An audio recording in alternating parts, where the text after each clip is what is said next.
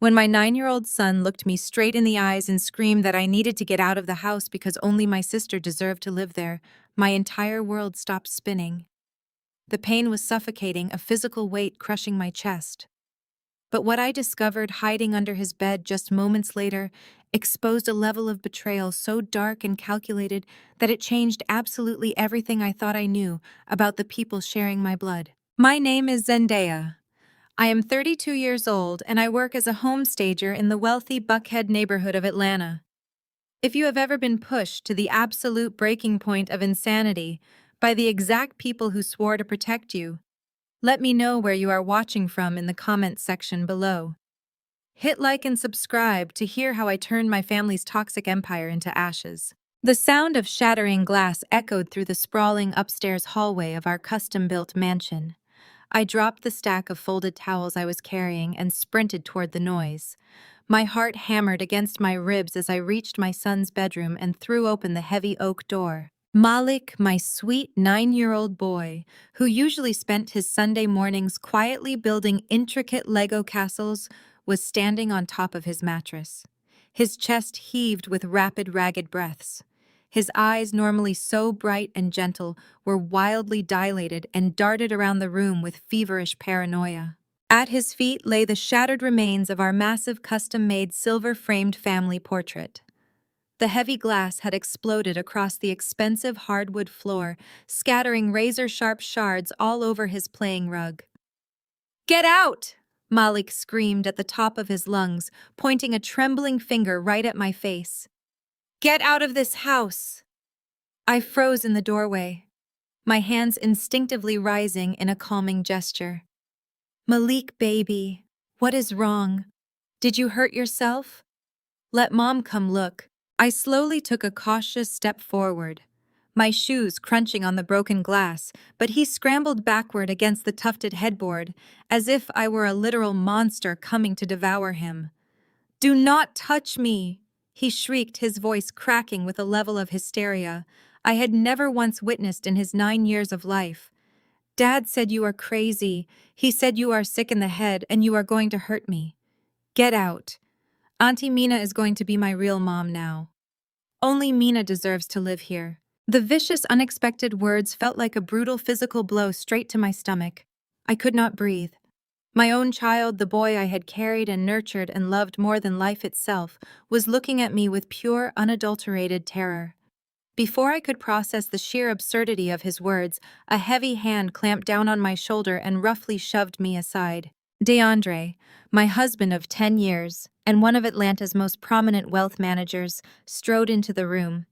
He was impeccably dressed in his expensive, immaculate Sunday suit, having just returned from the morning service at my parents' megachurch. His expression was not one of a concerned father rushing to comfort a distressed child. It was a look of cold, calculated triumph. He walked right over the broken glass, stepping onto the bed and wrapped a protective arm around Malik. "Shh, it is okay, son," DeAndre murmured, pulling the trembling boy against his chest while staring directly at me over Malik's head. "I told you I would protect you from her. Daddy is here now." "What are you doing?" I gasped, my voice trembling with confusion and rising panic. "DeAndre, what is going on with him?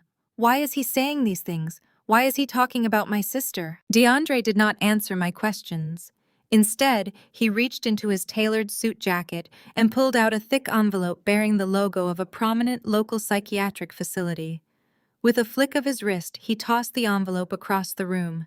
It landed with a soft thud on the floor right at my feet. "The doctor signed off on the evaluations," Zendaya, DeAndre said, his voice dripping with an icy condescension that made my skin crawl.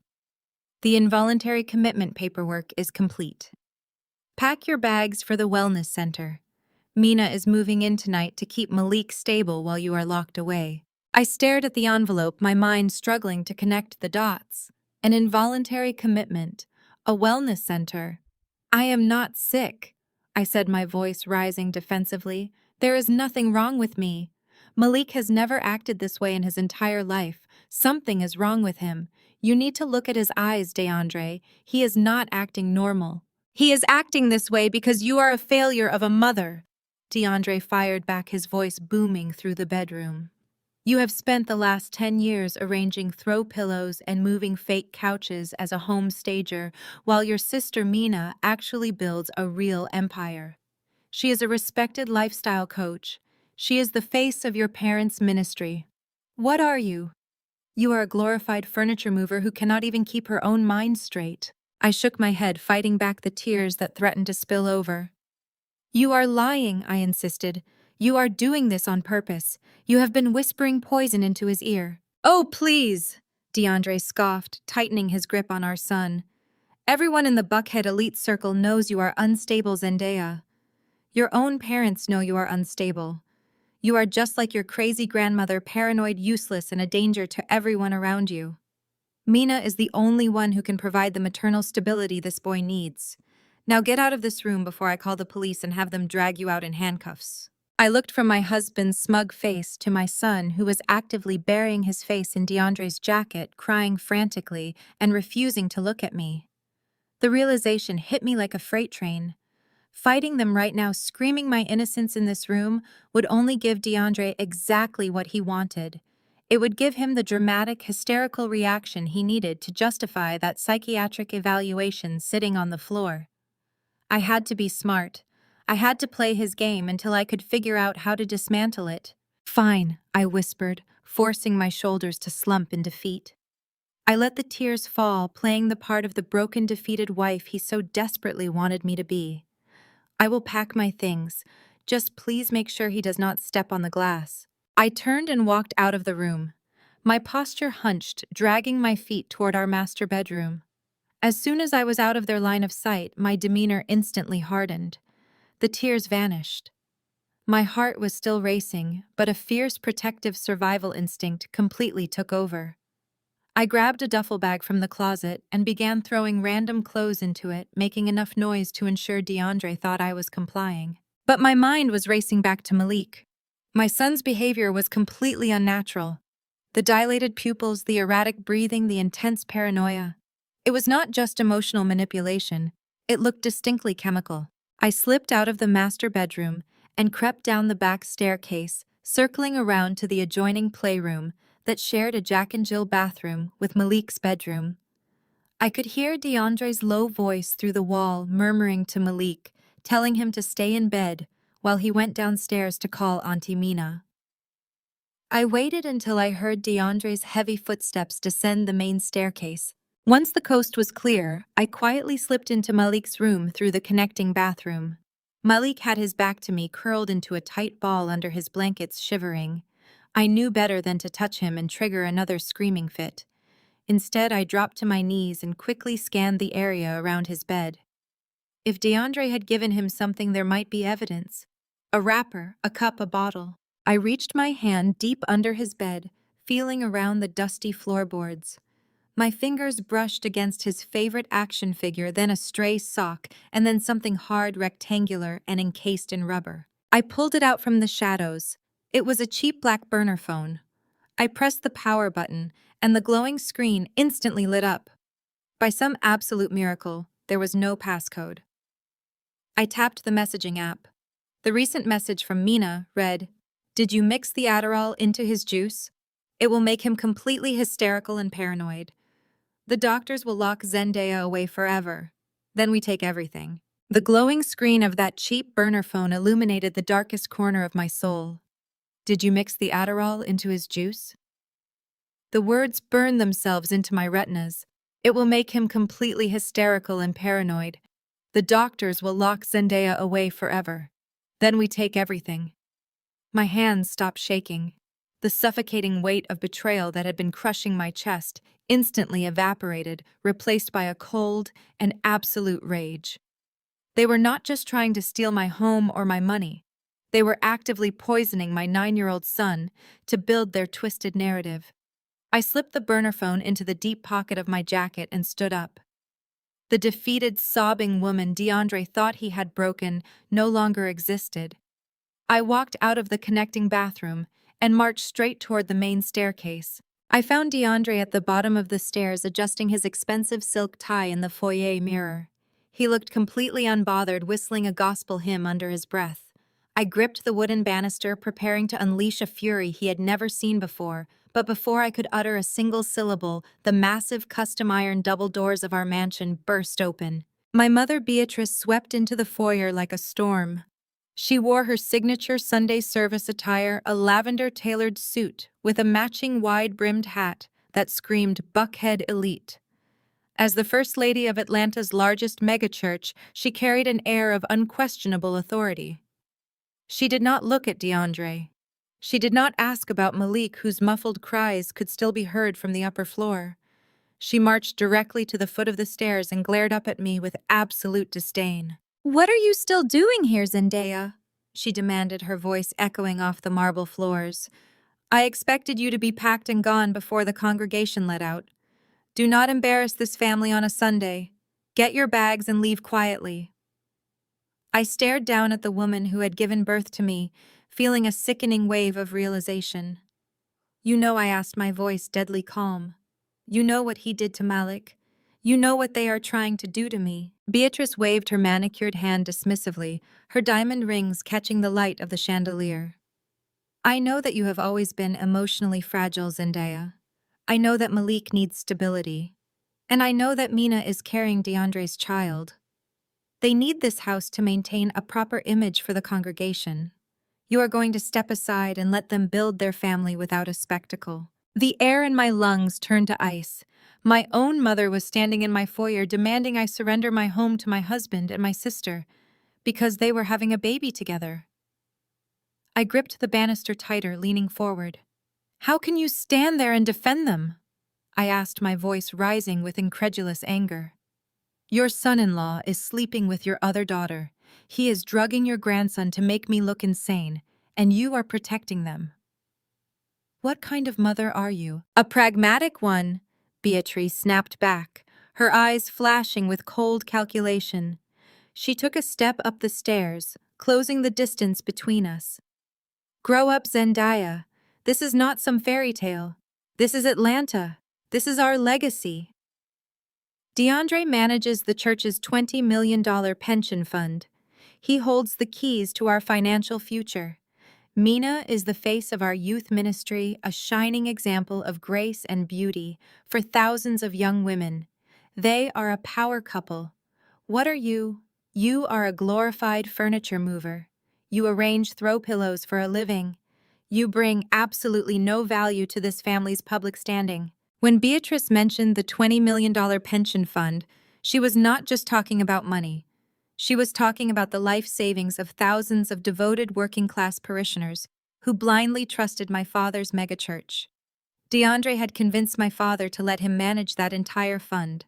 If DeAndre fell, the church fell. My mother was willing to sacrifice my sanity and my son's safety just to ensure those funds remained quietly managed. She viewed me as acceptable collateral damage. She pointed a sharp acrylic fingernail directly at my chest. "If this scandal gets out, the church board will demand an investigation. We will lose millions in tithes. We will lose our standing in the community. I will not let your petty jealousy destroy the empire your father and I built. You will sign the divorce papers in silence. You will check into that wellness center, and you will leave this house to the real adults." I looked at DeAndre, who was standing behind my mother, with a sickening smirk of victory plastered across his face. He had orchestrated this entire coup perfectly. He had weaponized my family's obsession with wealth and status against me. He knew my parents would gladly sacrifice their middle child to protect their $20 million pension fund and their pristine church image. Before I could respond to my mother's venomous speech, a sleek black Mercedes pulled into the driveway. The car door opened and my sister Mina stepped out. She glided up the front steps and walked through the open double doors. She wore a tight cream-colored maternity dress that perfectly accentuated her swollen belly. She looked radiant, practically glowing with the satisfaction of having stolen my entire life. Mina did not come empty-handed. In her perfectly manicured hands, she held a thick manila folder. She walked straight past our mother and stood next to DeAndre, casually resting her hand on his chest. It was a blatant, possessive gesture designed to humiliate me. "Zendaya," Mina said, her voice dripping with fake syrupy sweetness. We really hate to do it this way, but you leave us no choice. You have become entirely too erratic. For Malik's sake, we need to finalize this transition today. She opened the manila folder and pulled out a stack of legal documents. It was a property transfer deed. She slapped it down onto the glass entryway table, along with a silver fountain pen. Sign the house over to DeAndre Zendaya, Mina commanded, dropping the sweet act entirely. Her voice turned hard and threatening. My husband Terrence drafted these papers himself. You know Terrence is the most ruthless corporate attorney in this city. If you do not sign this house over right now, Terrence will have the police here in 5 minutes. He will have you arrested for trespassing in your own home. He will drag you through the courts until you are entirely bankrupt, and then he will make sure you are locked in a psychiatric ward for the rest of your life. Do not test us. I stared at the paperwork resting on the glass table. The sheer audacity of their plan was breathtaking.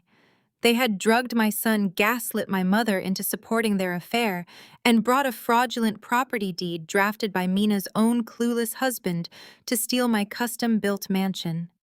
They thought they had me completely backed into a corner. They thought I was just a weak, uneducated homestager who would crumble under the combined weight of their intimidation. They had absolutely no idea who I really was. For the past 3 years, while DeAndre thought I was picking out curtains and matching rugs for foreclosed mansions, I was actually buying them. I had quietly amassed a massive portfolio of distressed properties, using my staging business as a front to evaluate real estate before purchasing the debt. I was the sole owner and anonymous CEO of Z Holdings, a private equity firm that practically owned half of the Buckhead elite's bad debt. I looked at the property deed on the table, and a brilliant, destructive plan formed in my mind. 3 years ago, when I first started Z Holdings, I had quietly restructured the ownership of this very mansion. I had transferred the primary deed into a complex corporate trust owned entirely by my holding company. I had also attached a highly toxic accelerated debt clause to the property's secondary title. Anyone who assumed ownership of the secondary title would automatically become personally liable for a massive immediate financial penalty of $5 million. Mina and DeAndre thought they were stealing a $10 million asset. They did not realize they were forcing me to hand them a ticking financial time bomb that would obliterate their entire net worth in a matter of hours. I let my shoulders shake. I looked at the floor, forcing my breathing to become shallow and rapid, playing the role of the defeated, broken woman they expected. I walked slowly down the remaining stairs, keeping my head bowed. You win, I whispered, my voice sounding incredibly frail. Just take it. Take the house, take him. Just leave me alone. Beatrice sighed loudly, crossing her arms. Finally, some sense. Sign the paper and leave through the back door. I do not want the neighbors seeing you cry. I picked up the heavy silver pen. My hand hovered over the signature line. DeAndre leaned forward, his eyes gleaming with greedy anticipation. Mina crossed her arms, a triumphant smirk spreading across her perfectly contoured face. They watched eagerly as I pressed the pen to the paper and signed my name on the dotted line.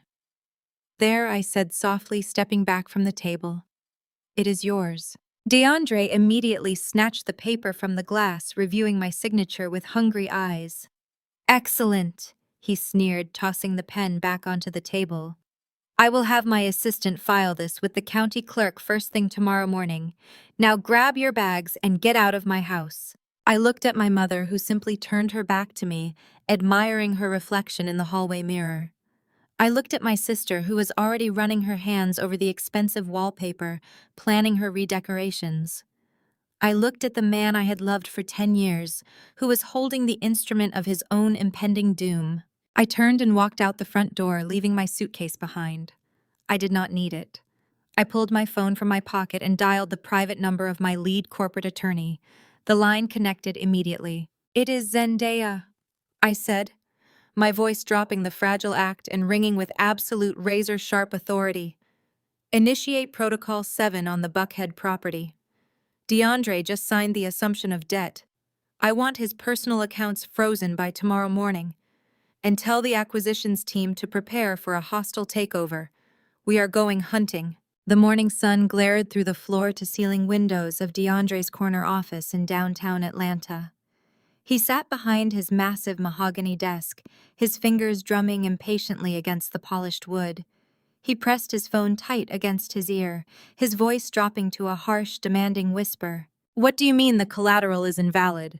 I handed you a free and clear deed to a $10 million Buckhead estate this morning. The ink is barely dry. I need that $3 million line of credit wired to my offshore accounts by noon, Richard. Do not play games with me." DeAndre listened for a few seconds, his perfectly manicured eyebrows knitting together in furious confusion.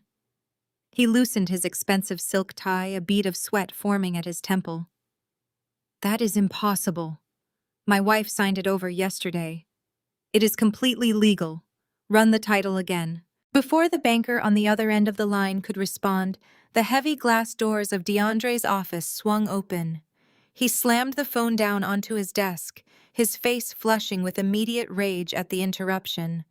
He opened his mouth to scream at his receptionist, but the words died in his throat. I walked into the room. I was no longer the weeping, terrified woman kneeling in a pile of shattered glass. I was no longer wearing the oversized sweater and faded jeans of a domestic scapegoat. I stepped onto the plush carpet wearing a tailored crimson Tom Ford power suit. My hair was pulled back into a severe, immaculate twist. The click of my Christian Louboutin heels echoed through the cavernous office like the ticking of a time bomb. DeAndre stared at me, his jaw genuinely dropping for a fraction of a second before his narcissistic defense mechanisms kicked in. "What are you doing here?" he demanded, rising from his leather chair and pointing a finger at me. "How did you even get past security? You are supposed to be at the wellness center." "I swear to God, Zendaya, if you are having another psychotic episode in the middle of my firm, I will have you forcibly committed right now." I did not flinch. I did not cry.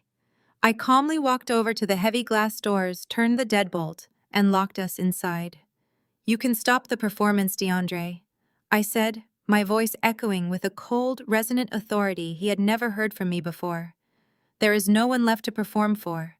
Your little banking friend Richard cannot help you. He cannot process the loan because the collateral you offered him does not belong to you. It does not belong to Mina. It belongs to me."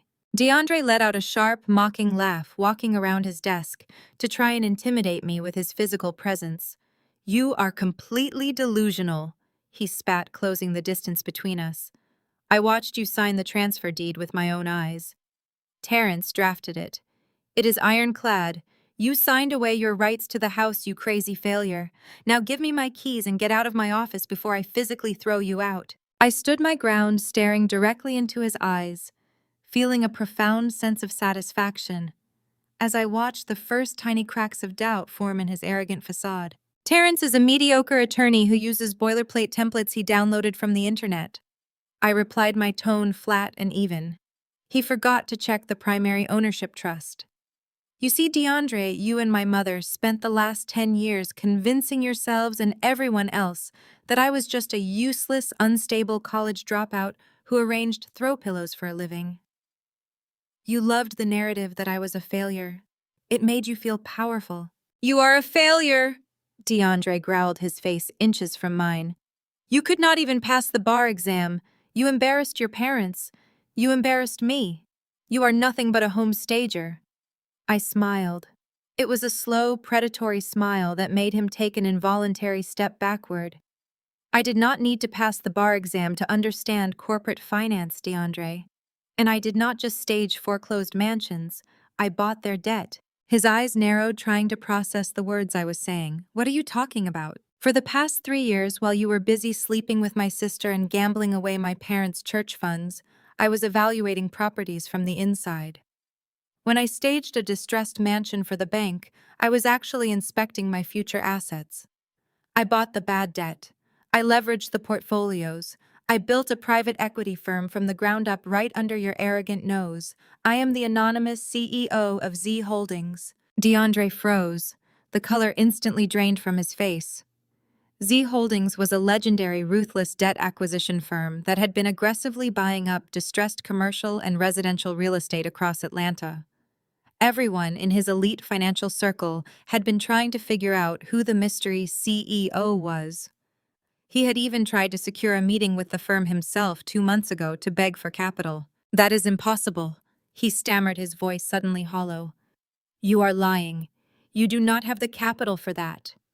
You do not have the intelligence for that."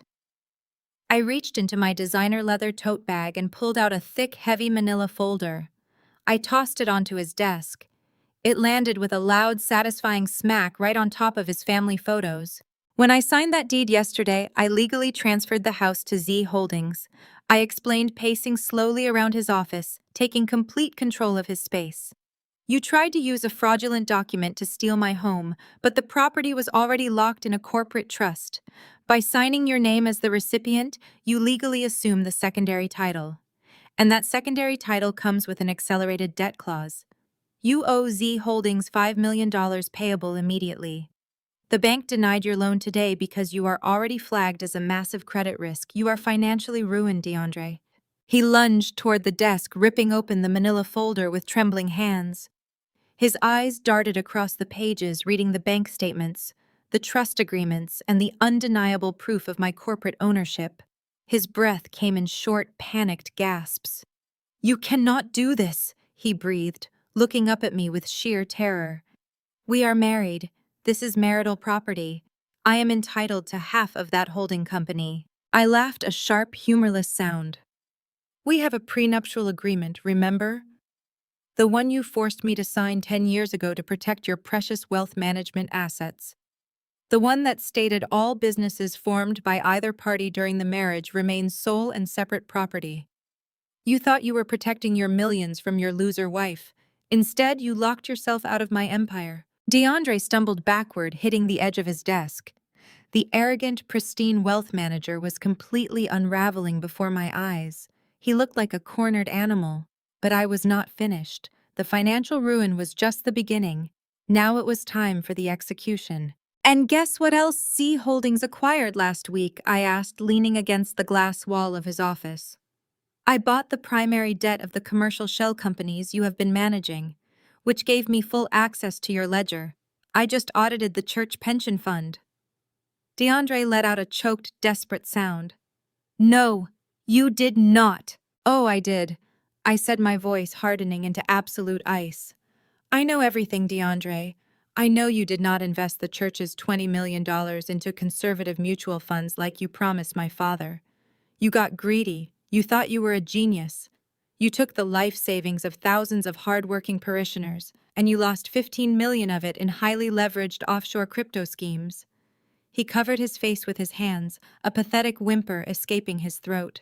"But that is not the worst part," I continued, my voice echoing through the silent room. "You panicked. You needed to hide the missing millions from the church board before the annual audit. So you convinced my idiot sister to start a luxury cosmetic brand. Mina thought you believed in her business. She thought you were investing in her dreams.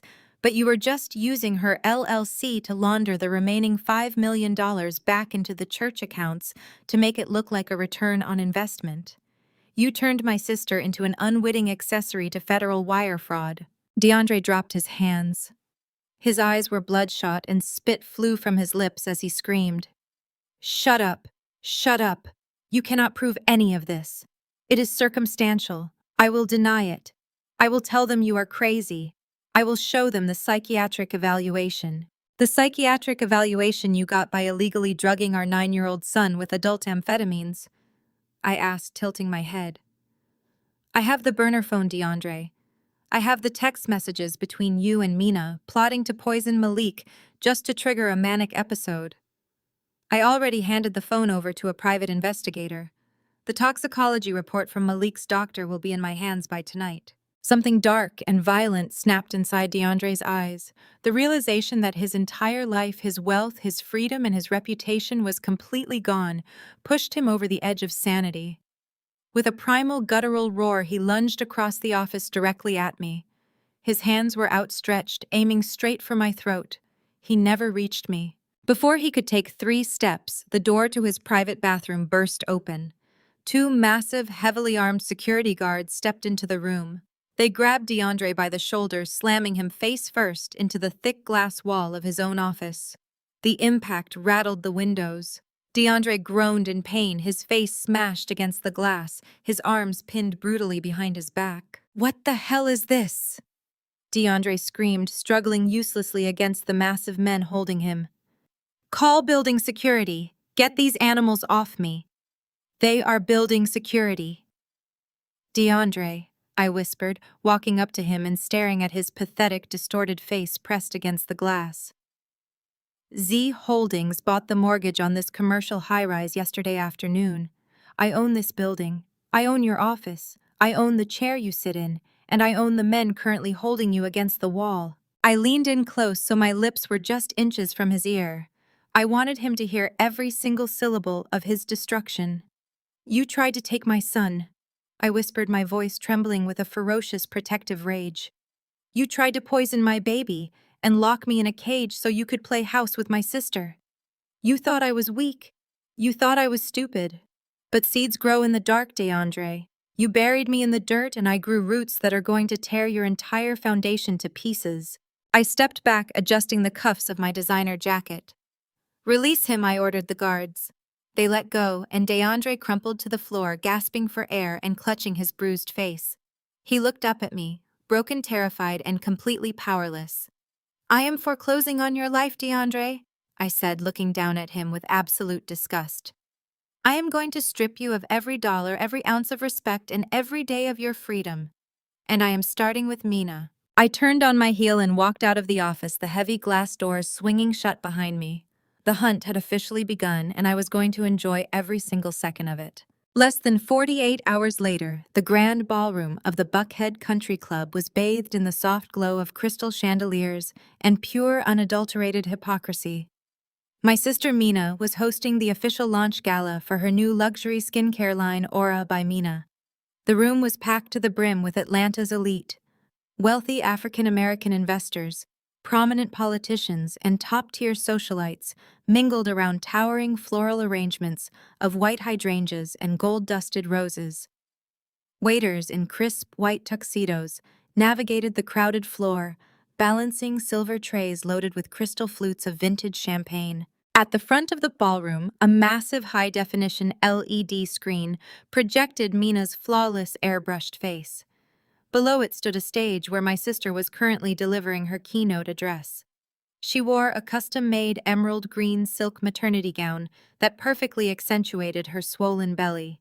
She clutched a diamond-encrusted microphone, her voice trembling with perfectly practiced emotion as she wiped a single calculated tear from her cheek. "This brand is about so much more than skincare," Mina told the captivated audience, her voice echoing through the state-of-the-art sound system.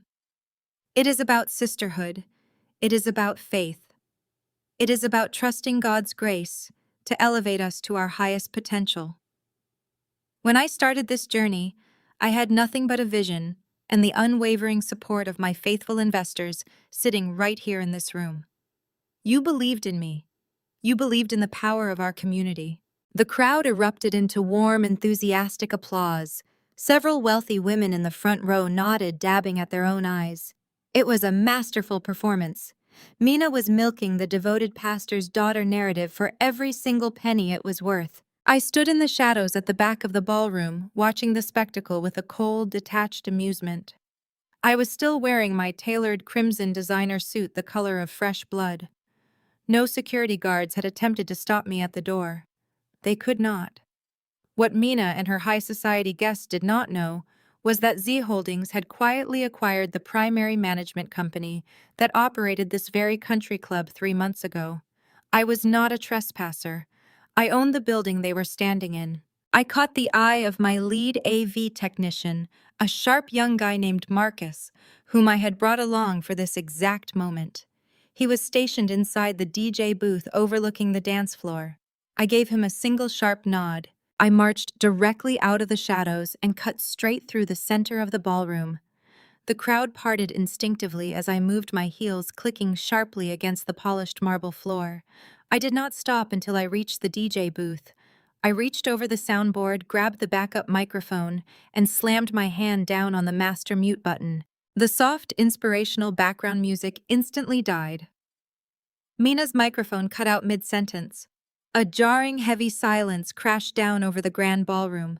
200 pairs of eyes shifted from the stage to me. Sisterhood is indeed a beautiful concept, Mina, I announced, my voice booming through the speakers loud and crystal clear. But funding your luxury cosmetics line with $2 million of stolen church tithes is a federal crime. A collective audible gasp ripped through the ballroom. The absolute shock on the faces of the investors was instantaneous. Wine glasses halted halfway to their mouths. Mina froze on the stage, the color completely drained from her perfectly contoured face. Her eyes went wide with sheer, unadulterated panic as she stared at me standing at the soundboard. She gripped her useless microphone, her knuckles turning white. "Security!" Mina shrieked, her voice cracking as she abandoned her graceful persona entirely. "Get her out of here. Someone call the police. She is sick." She pointed a trembling, frantic finger at me, pacing back and forth across the stage as the crowd began to murmur in confusion. "Do not listen to a word she says," Mina yelled to her investors, her voice shrill and desperate. "She is my sister, and she is severely mentally ill. She is having a schizophrenic episode right now. She just escaped from a psychiatric facility." I stood perfectly still, letting her dig her grave deeper. I did not raise my voice. I did not break my composure. I simply held the microphone and watched her unravel. "She has always been like this," Mina cried, playing the victim with frantic, breathless energy. "She has been insanely jealous of me since we were children. She hated that I was the pretty one. She hated that I was the one our parents actually loved and wanted to show off. She is just the bitter, ugly duckling of this family who could not even keep her own husband satisfied, so now she is trying to ruin my blessing." The investors shifted uncomfortably in their seats. A few people pulled out their phones, unsure if they should call for medical help or start recording the drama. Mina was banking heavily on the narrative DeAndre had carefully constructed. She thought calling me crazy would immediately discredit the massive financial bomb I had just dropped into the room. She was wrong. "I might be the ugly duckling, Mina," I said, my voice cutting through her hysterical screaming with icy precision. "But I am an ugly duckling who knows how to conduct a forensic audit." I snapped my fingers at Marcus. Instantly, the massive LED screen behind Mina flickered. Her beautiful airbrushed logo vanished. In its place, a series of high-definition, undeniable bank documents appeared, projected 10 feet tall for every single investor in the room to read. They were wire transfer receipts. "Look at the screen, ladies and gentlemen," I commanded, projecting my voice over the rising chaos. "Look at the routing numbers. Look at the originating accounts." The crowd turned their attention to the massive display. The documents were crystal clear. They showed a direct, undisputed paper trail. $2 million had been systematically siphoned from the First Fellowship Megachurch Pension Fund, the exact fund managed by my husband, DeAndre. The transfers were routed through 3 offshore shell companies before landing directly into the primary operating account of Aura by Mina LLC. Those receipts matched the exact dates of the church's annual senior citizen donation drives, I explained, walking slowly toward the stage so everyone could see my absolute calm. Mina did not build this company with her brilliant business acumen. She built it by laundering the retirement savings of elderly church members. "Your investments in this skincare line are currently commingled with stolen federal funds. You are all legally exposed to a massive racketeering investigation." The ballroom exploded into absolute pandemonium. The elegant, sophisticated atmosphere shattered into a million pieces. Wealthy investors leapt out of their chairs. Women gasped in horror. Men in expensive suits began frantically dialing their phones, desperately trying to get their legal teams on the line.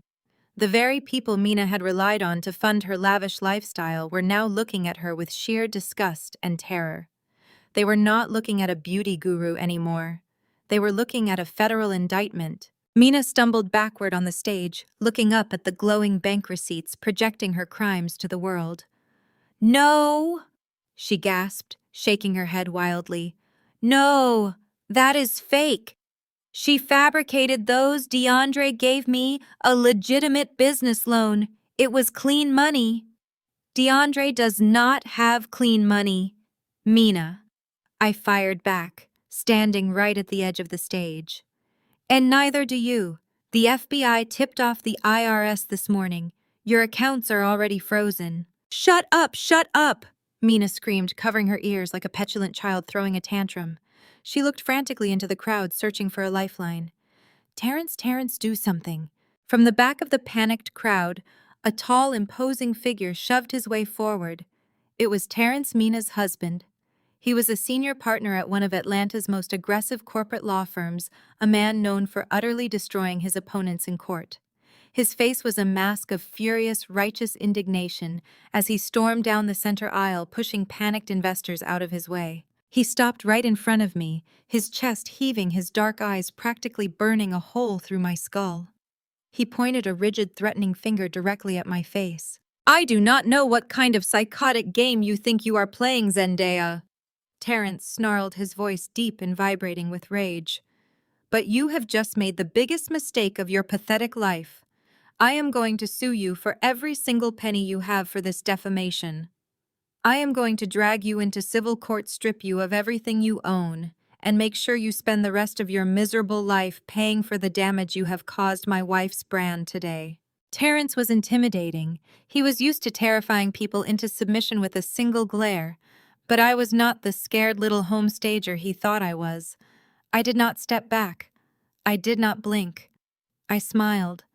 I reached into the inner pocket of my tailored crimson jacket and pulled out a sealed, heavy manila envelope. I held it out, pressing it firmly against Terrence's chest. I welcome the lawsuit, Terrence, I said, my voice dropping to a low, conversational whisper that only he could hear over the screaming crowd. But before you file those defamation papers, you might want to open that envelope. Read page 3, brother-in-law. Terrence frowned, his hand instinctively gripping the thick envelope. What is this? He demanded, his voice faltering just a fraction at my absolute confidence. Just a little light reading about your wife's brand new assets, I whispered, my smile widening into something lethal. You might want to check page 3 before you sue me. Terrence stared at me, his dark eyes narrowing into dangerous slits. He did not say another word. He simply ripped the manila envelope open, the sound of tearing paper echoing loudly in the absolute suffocating silence of the grand ballroom. The crowd of wealthy investors, socialites, and politicians held their collective breath, watching the city's most feared corporate attorney read the documents that were about to dismantle his entire reality. I did not give him the luxury of processing the information at his own pace. I raised the diamond-encrusted microphone back to my lips. My voice rang out with chilling clarity, echoing off the crystal chandeliers and the marble columns.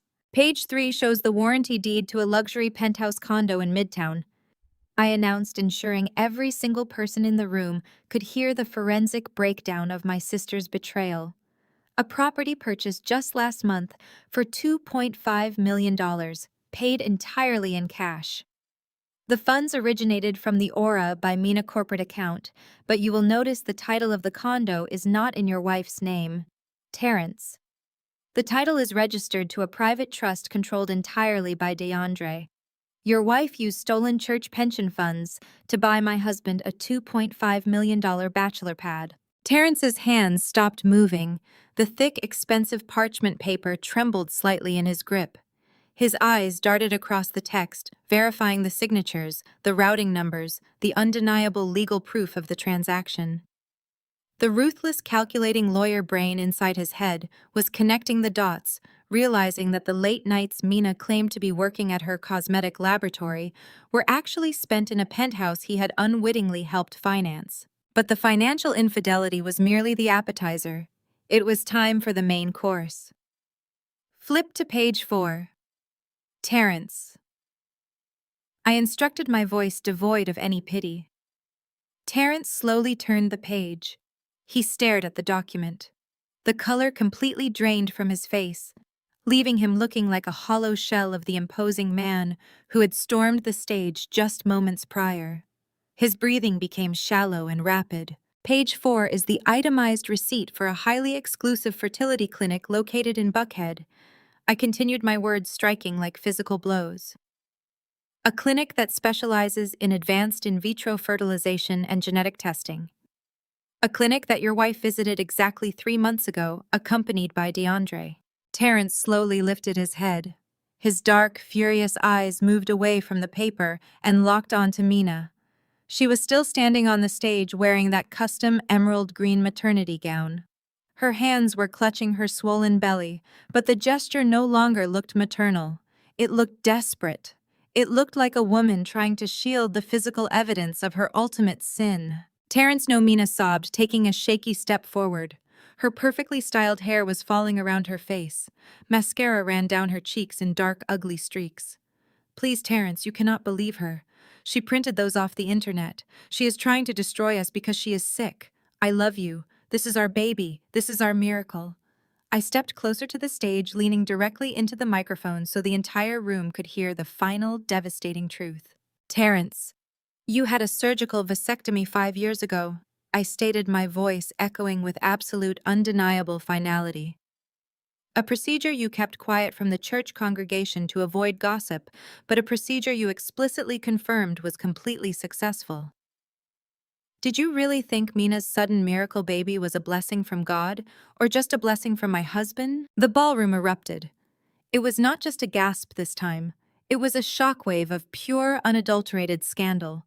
Several elderly church members in the front row cried out in horror, clutching their pearls and covering their mouths. The wealthy African-American investors who had just written massive checks to fund Mina's business empire began shouting over one another. Chairs scraped violently against the marble floor as people scrambled to their feet. Terrence did not scream. He did not yell. His reaction was far more terrifying. The man simply went dead behind the eyes. The realization that he had been playing the role of the proud, expectant father to a child created by his wife and his brother-in-law fundamentally broke him. He had paid for the nursery. He had attended the baby showers. He had stood before their massive church congregation and testified about the power of prayer and faith. And it had all been a grotesque, humiliating lie. The papers slipped from his hands. The thick stack of undeniable proof fluttered through the air, scattering across the polished dance floor like dead leaves falling from a rotting tree. Mina let out a gut-wrenching, hysterical wail. The glamorous beauty mogul persona she had meticulously crafted completely evaporated. She dropped to her knees right there on the stage, the heavy silk of her maternity gown pooling around her. She scrambled forward on her hands and knees, practically crawling off the edge of the stage to reach her husband. She grabbed the fabric of Terrence's tailored trousers, burying her tear-streaked face against his legs. "Terrence, please," she wailed, her voice cracking into a pathetic, breathless screech. "I am sorry. It was a mistake. I was lonely. You were always working. DeAndre manipulated me. He told me he loved me. He told me he was going to leave Zendaya. Please do not leave me. I will fix this. We can fix this." Terrence looked down at the woman begging at his feet. There was no love left in his eyes. There was no pity. There was only the cold, calculating stare of a legal shark who had just identified his next target. He reached down, grabbed Mina by the wrists, and violently ripped her hands away from his legs. "Do not ever touch me again," he said, his voice dropping to a terrifying, lethal calm. He stepped completely over her sobbing body, treating her like absolute garbage on the floor. He left her weeping and hyperventilating on the marble, completely ignoring her frantic pleas. He walked straight up to me, stopping just inches away. For a fraction of a second, the crowd seemed to hold its breath, anticipating a violent clash between us. But Terrence did not raise a hand to me. He looked into my eyes, recognizing the exact same cold, destructive rage that was currently coursing through his own veins. We were no longer family by marriage. We were allies forged in the fires of ultimate betrayal. "I want in," Terrence said, his voice loud enough for me to hear over the screaming crowd. "I know where DeAndre hides his offshore routing numbers. I know every single legal loophole they used to set up this fraudulent cosmetic company. I want in Zendaya. I want to completely destroy them." I looked at the ruthless corporate attorney standing before me. Having Terrence on my side meant I did not just have financial leverage over DeAndre and Mina. It meant I had a legal weapon of mass destruction. Terrence would tear them apart in civil court, divorce court, and federal court without batting an eye. I smiled a genuine predatory smile. I reached out my hand. "Welcome to Z Holdings, Terrence," I replied. "Let us go hunting." All around us, the launch party had completely disintegrated into a chaotic frenzy of self-preservation. The wealthy investors who had been cheering for Mina just 10 minutes ago were now frantically dialing their personal attorneys. I could hear snippets of panicked conversations echoing across the room. "Freeze the wire transfers. Pull the funding immediately. Call the authorities." They were abandoning Mina's sinking ship as fast as humanly possible.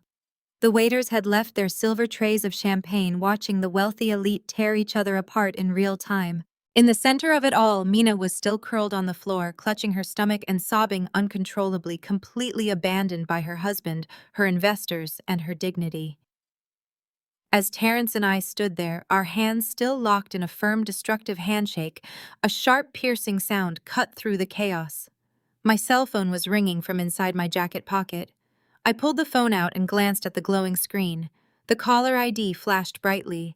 It was my father, Pastor Calvin. I swiped the screen to answer and brought the phone to my ear.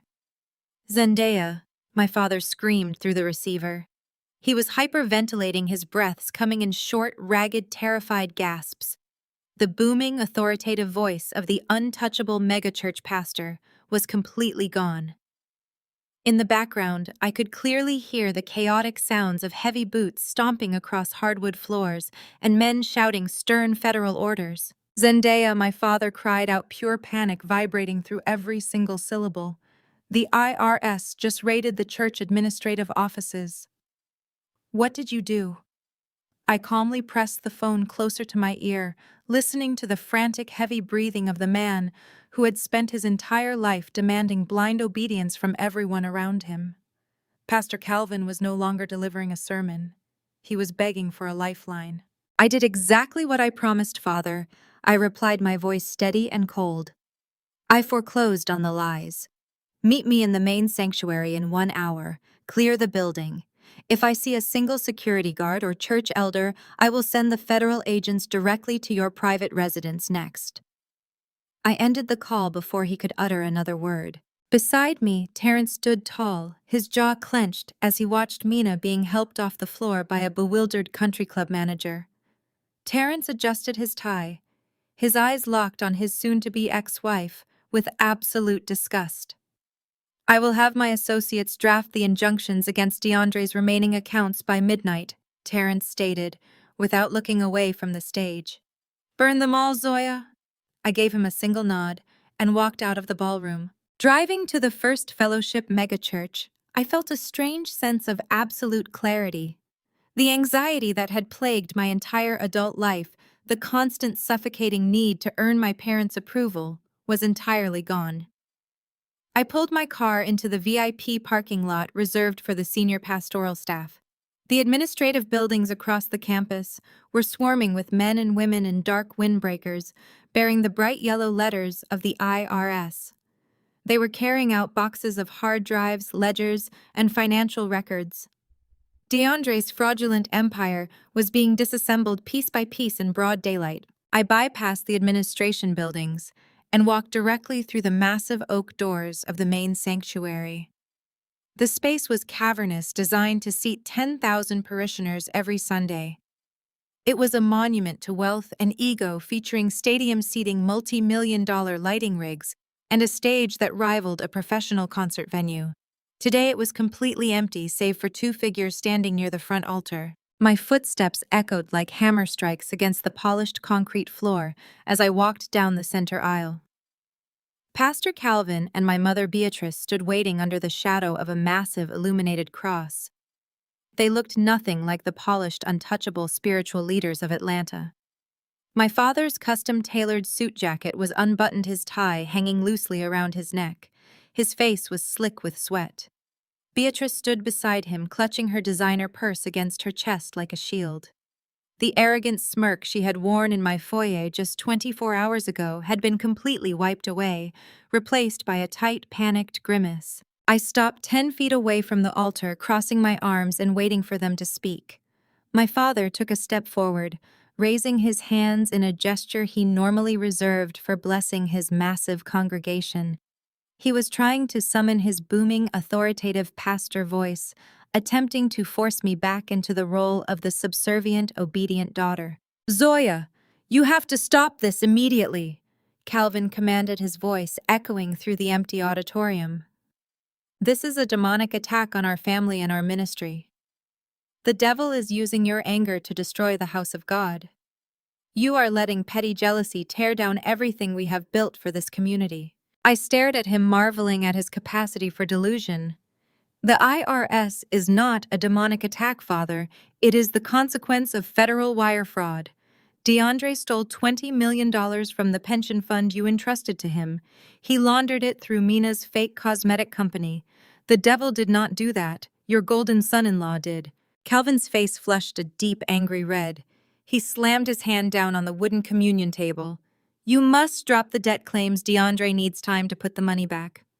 "Do you want your father to go to prison?" The sheer audacity of his demand hung in the heavy air. He was not worried about the thousands of elderly church members who were about to lose their life savings. He was not worried about the fact that DeAndre had been sleeping with Mina in a penthouse funded by stolen tithes. He was only terrified of the federal prison sentence waiting for him when the authorities realized he had signed off on the fraudulent transfers to cover his own luxurious lifestyle. "DeAndre does not have the money to put back," I replied, my voice dropping to a harsh, unforgiving tone. "He lost $15 million in offshore cryptocurrency accounts. It is gone, Dad. And the remaining $5 million is currently frozen in Mina's accounts by the federal government. There is no bailout. There is no miracle offering. You're going to have to stand in front of your congregation on Sunday and explain why their retirement funds paid for your private jet flights." Beatrice could no longer contain her rage. She practically shoved my father aside, storming down the steps of the altar. Her eyes were wide and manic. She marched directly up to me, raising her hand high into the air. She swung her arm with all her strength. The crack of her palm striking my cheek echoed sharply through the massive, empty sanctuary. My head snapped to the side from the force of the blow. A stinging, burning heat spread across my skin, but I did not stumble. I did not fall. I slowly turned my face back to look at her. "We gave you life. You owe us!" Beatrice screamed, her voice cracking with hysterical fury. "You are an ungrateful, spiteful child.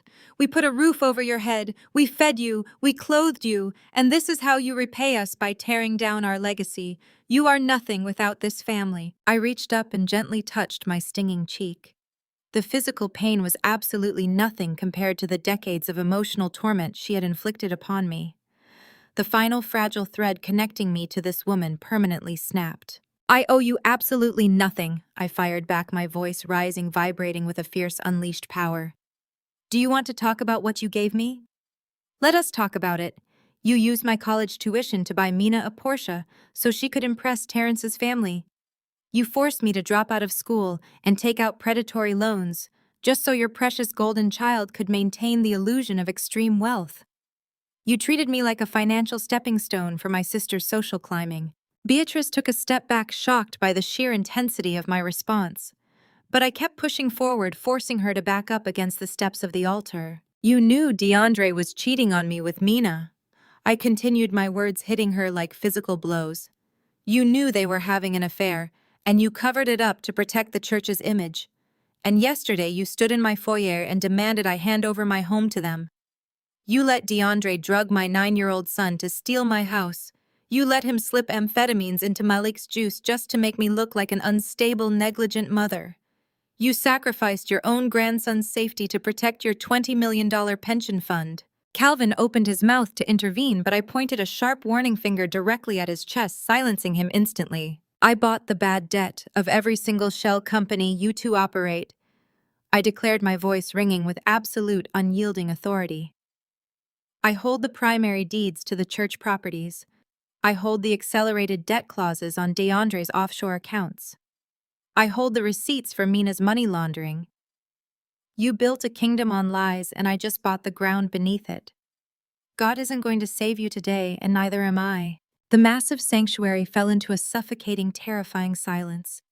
My mother stood trembling against the wooden steps, her hands shaking uncontrollably as the reality of her total destruction finally sank in. She had no defense. She had no leverage. Her money, her status, and her reputation were evaporating in real time. I watched my father. I watched the realization wash over him that his religious manipulation and Beatrice's physical intimidation had completely failed. I was no longer the obedient scapegoat. I was the executioner. Suddenly, Calvin's posture changed. The panicked, sweaty desperation vanished from his face. The mask of the wholly frightened pastor dropped completely, revealing the cold, calculating, ruthless monster that had always lurked beneath the surface. He straightened his tie and looked at me with a chilling, predatory calmness. He had one final card to play, the ultimate leverage. Fine, Calvin sneers. His lips curled into a vicious, triumphant smile. He slowly reached into the inner pocket of his suit jacket and pulled out a folded legal document. He held it up in the dim light of the sanctuary. You want to burn down the church, Zoya? You want to send me to federal prison? Calvin asked, his voice dripping with venomous satisfaction. Go ahead, but if you take us down, we're taking Malik. My heart slammed against my ribs. The air in my lungs turned to ice. What did you just say? I've already filed an emergency petition for grandparents' rights, citing your violent behavior at Mina's party. Calvin explained, his smile widening as he saw the genuine panic flash across my face. I have sworn affidavits from 36 prominent church elders testifying to your history of severe mental instability. I have the signed transfer deed you gave DeAndre yesterday, proving you are incapable of managing your own assets. And I have the witnesses from the country club today, ready to swear you had a psychotic break and threatened innocent investors. He took a step down toward me, tapping the legal document against his palm. You might own the debt, Zoya, but I own the judge sitting in family court. He is a senior deacon in my congregation. If you do not call off your corporate lawyers, release the frozen accounts, and hand over the Z Holdings portfolio by tomorrow morning, the judge will grant me emergency custody of Malik. You will be legally classified as a danger to your own child. You will never see your son again. The echo of my father's threat hung in the massive, empty sanctuary like toxic smoke. I stared at the man who had just promised to steal my 9-year-old son using a corrupt family court judge. He expected me to crumble, to fall to my knees and beg for mercy, just like my mother was doing on the altar steps. He expected the good, obedient pastor's daughter to surrender her leverage to protect the family image. Instead, I turned my back on both of them and walked out the heavy oak doors without uttering a single word. I did not have time to entertain their delusions of control. I had exactly 48 hours to dismantle their entire legal strategy before that emergency custody hearing. I met Terrence an hour later in the secure glass-walled conference room of my Z Holdings headquarters. The ruthless corporate attorney looked completely in his element, surrounded by sleek digital whiteboards and sprawling stacks of financial documents. He had shed his expensive suit jacket and rolled up his sleeves, his eyes burning with a cold, calculated vengeance. We were no longer family by marriage. We were a tactical strike force united by mutual betrayal. They are keeping Malik locked down in the guest house of your parents' compound, Terrence stated, sliding a highly classified surveillance report across the glass table. DeAndre has not let the boy out of his sight. They are actively coaching him, filling his head with horrific lies about you, and keeping him heavily sedated, so he appears terrified and erratic whenever anyone mentions your name. They are manufacturing the exact symptoms of trauma they plan to present to the judge on Thursday morning to prove you are an unfit mother. My hands balled into tight fists, my fingernails digging into my palms until they bled. They were treating my baby like a prop in their twisted legal theater. I took a deep breath, forcing my maternal rage into a razor-sharp focus. We need proof, I said, leaning over the table. DeAndre is too smart to leave physical evidence of abuse, and my father's pocket judge will dismiss anything we say as hearsay. We need hard, undeniable documentation that they are drugging my son." Terrence cracked a dark, predatory smile. "You let me worry about the legal documentation, Zoya. I did not become the most feared attorney in Atlanta by playing nice. I already pulled strings with a federal judge I happened to play golf with. I secured expedited subpoenas for every single pharmacy and medical distributor within a 50-mile radius of your sister's cosmetic laboratory. For the next 12 hours, we worked in absolute unrelenting silence. Terrence weaponized his firm's massive paralegal team, tearing through digital records, shipping manifests, and medical databases with terrifying speed. He was a man possessed, fueled by the humiliating betrayal of his wife and the complete destruction of his own marriage. By 3 a.m, he hit the jackpot. He slapped a thick stack of printed pharmacy logs down in front of me. "Look at the signatures," Terrence commanded, tapping the highlighted rows. "Mina has been using her corporate LLC license to illegally bulk order adult amphetamines and heavy liquid sedatives. She disguised them as chemical precursors for her skincare line. DeAndre has been personally signing for the deliveries at a private post office box for the last 3 weeks. They did not just drug your son once at the house. They have been systematically dosing him to keep him compliant for the custody battle." The sheer grotesque reality of their plan made my blood run cold. My own sister and my husband were risking my child's life just to steal my assets and protect their fraudulent empire. I slid the pharmacy records into a secure folder. Terrence had given me the ammunition I needed to destroy DeAndre in family court. Now it was my turn to obliterate my father's leverage. While Terrence compiled the medical fraud charges, I pulled up the primary commercial lending database for the city of Atlanta. Pastor Calvin thought he held all the cards because he owned the judge. He completely forgot that a megachurch is just a massive corporate entity, and corporate entities carry massive debt. My parents had recently taken out a staggering $30 million expansion loan to build a new youth center and broadcast studio for the church. The loan was held by a conservative commercial bank in New York. I initiated a direct corporate buyout through Z Holdings. I paid a premium to acquire the debt portfolio outright, bypassing the standard 30-day waiting period.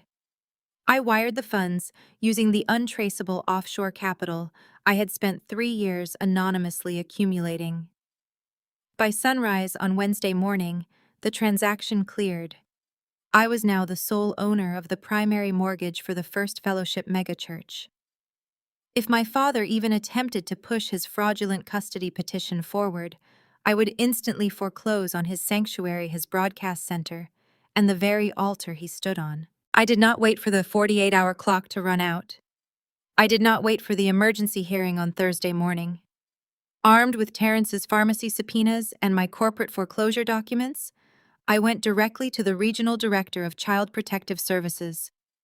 When I laid out the indisputable paper trail of illegal narcotics acquisition linked directly to DeAndre and Mina, the agency moved with unprecedented speed. At precisely 4 p.m, a sleek black government vehicle pulled up to the heavily guarded wrought iron gates of my parents' sprawling Buckhead compound.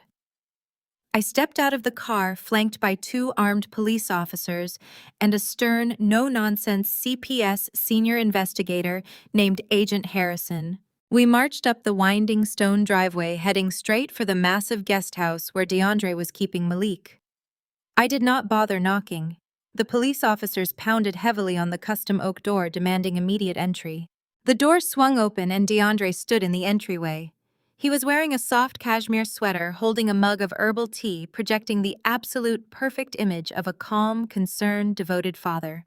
His eyes widened in feigned shock as he saw the police officers, but a slick, arrogant smirk played at the corners of his mouth when he looked at me. He thought he had the entire situation perfectly controlled. "Officers, what is the meaning of this?" DeAndre asked, his voice dripping with smooth, practiced confusion. "My son and I are just having a quiet afternoon." Agent Harrison stepped forward, flashing her federal badge. "Mr. Sterling, we have received credible documented reports of illegal narcotics being administered to a minor on these premises. We are here to conduct an immediate welfare check on your son Malik." DeAndre let out a soft, condescending sigh, shaking his head, as if dealing with a tragic nuisance. He looked at Agent Harrison with an expression of deep manufactured sorrow. "Officer, I apologize you were dragged into this. My wife Zoya is currently suffering from a severe psychotic break. She has become incredibly violent and erratic. I had to remove our son from her care for his own safety. She is just making these wild accusations because she is unstable.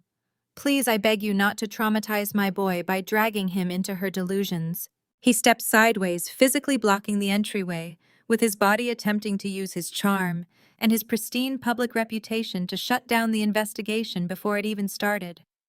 But Agent Harrison was entirely immune to his manipulation. She held up the stack of subpoenaed pharmacy records Terrence had secured. "We have the signed delivery logs for the liquid sedatives you acquired under fraudulent pretenses."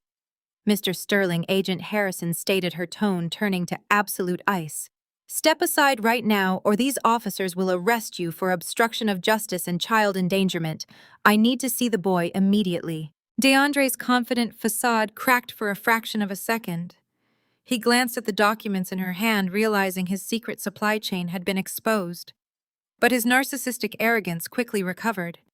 He genuinely believed his psychological conditioning of Malik was foolproof.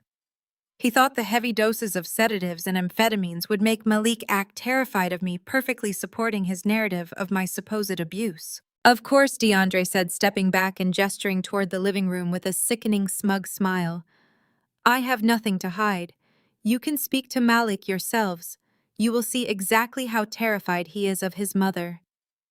He turned and walked down the hallway, calling out in a soft, sickeningly sweet voice, "Malik, buddy, come out here for a second. There are some nice people who want to talk to you." I held my breath, my heart pounding violently against my ribs. I stepped into the foyer, desperate to see my baby. DeAndre emerged from the hallway, gently leading Malik by the shoulders. My son stumbled into the harsh light of the entryway. He looked completely unrecognizable. His skin was a sickly ashen gray. His clothes hung loosely on his small frame. He swayed on his feet, his arms hanging limply at his sides. Malik looked up, his glassy, dilated eyes locking onto my face. DeAndre stepped back, wearing a triumphant smirk, waiting for Malik to scream, to cry, to violently reject me, just as he had been relentlessly coached to do. But Malik did not scream. He did not point a finger at me. He opened his mouth, but no sound came out. His eyes suddenly rolled back into his head, showing only the whites. His small body seized violently, his knees buckling beneath him. He collapsed onto the hardwood floor with a sickening thud, his limbs thrashing wildly as thick white foam began to pour from his lips. DeAndre's smug smile vanished, replaced by sheer, unadulterated horror.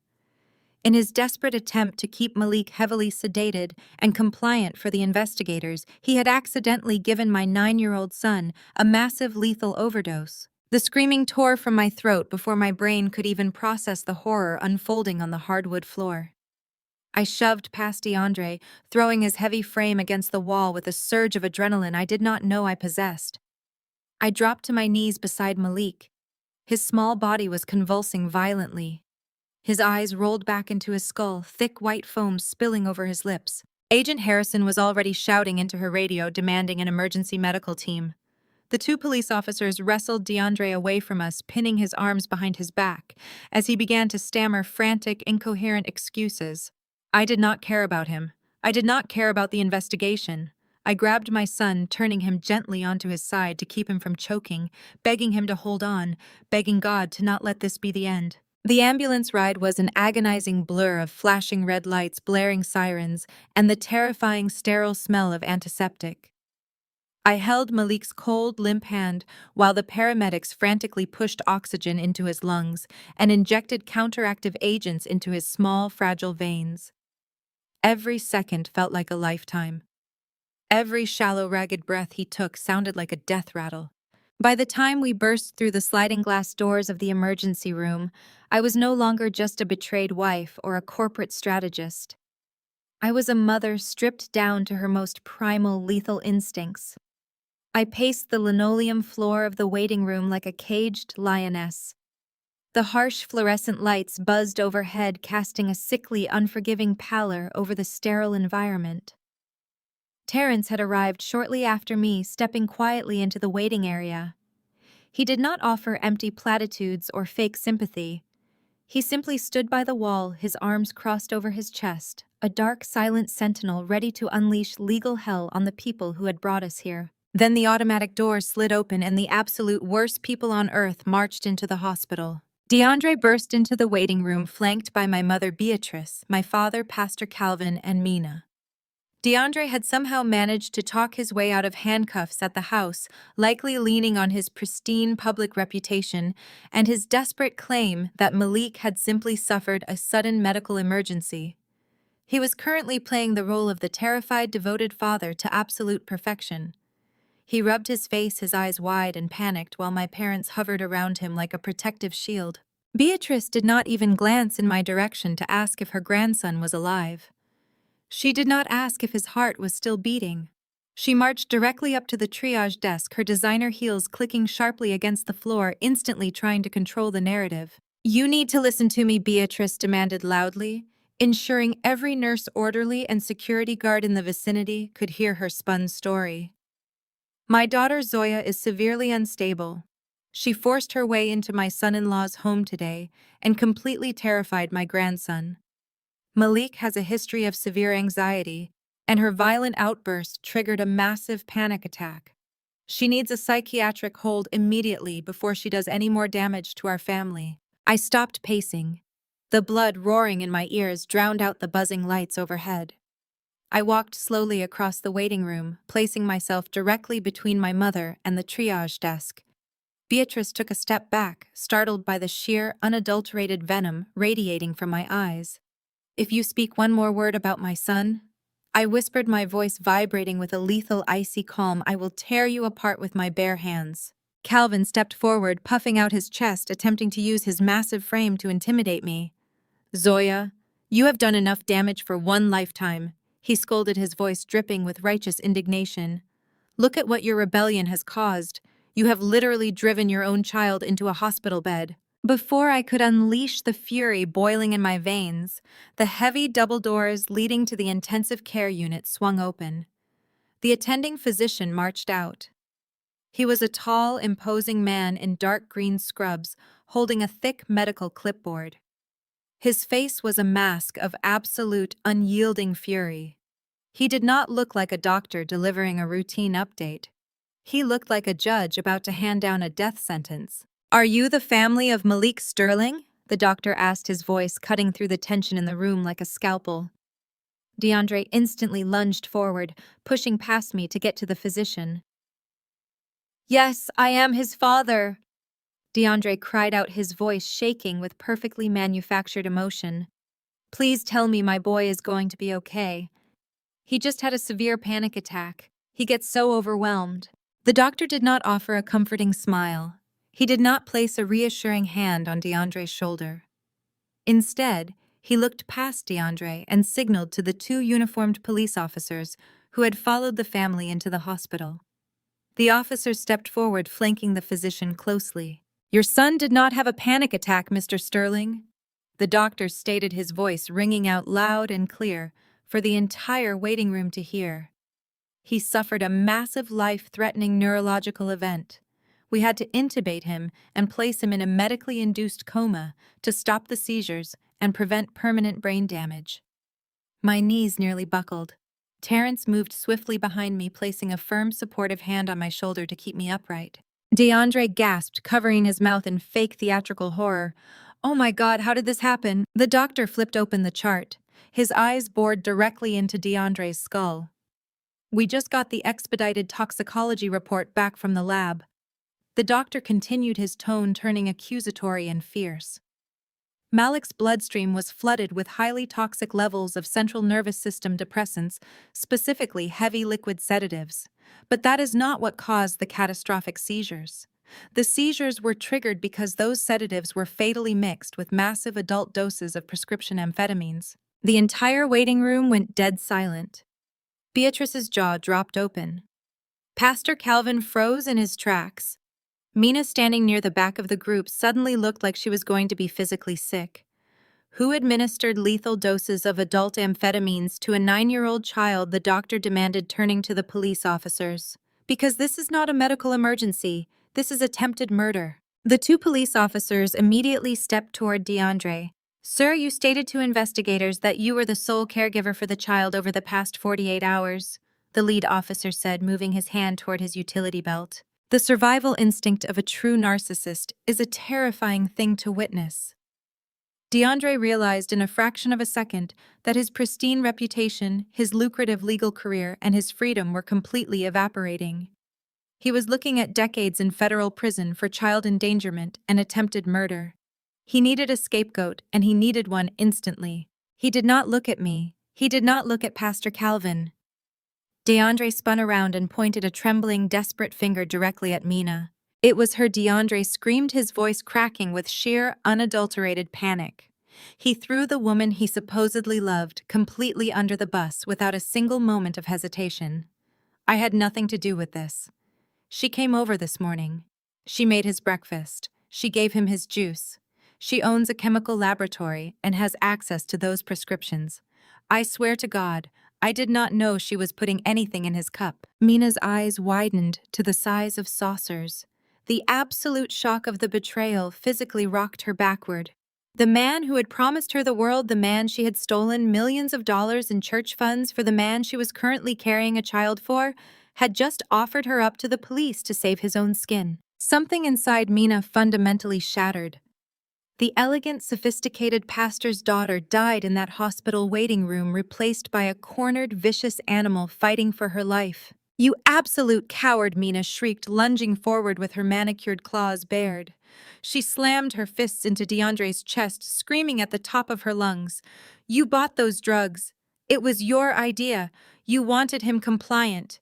You said if we kept him sedated, he would act terrified of Zoya, and we could use it to win emergency custody.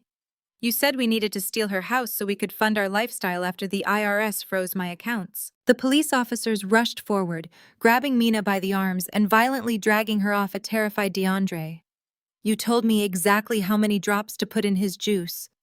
Mina wailed, completely oblivious to the fact that she was enthusiastically confessing to a room full of federal officers, doctors, and witnesses. "You did this. You poisoned him." The lead officer pulled out his heavy metal handcuffs.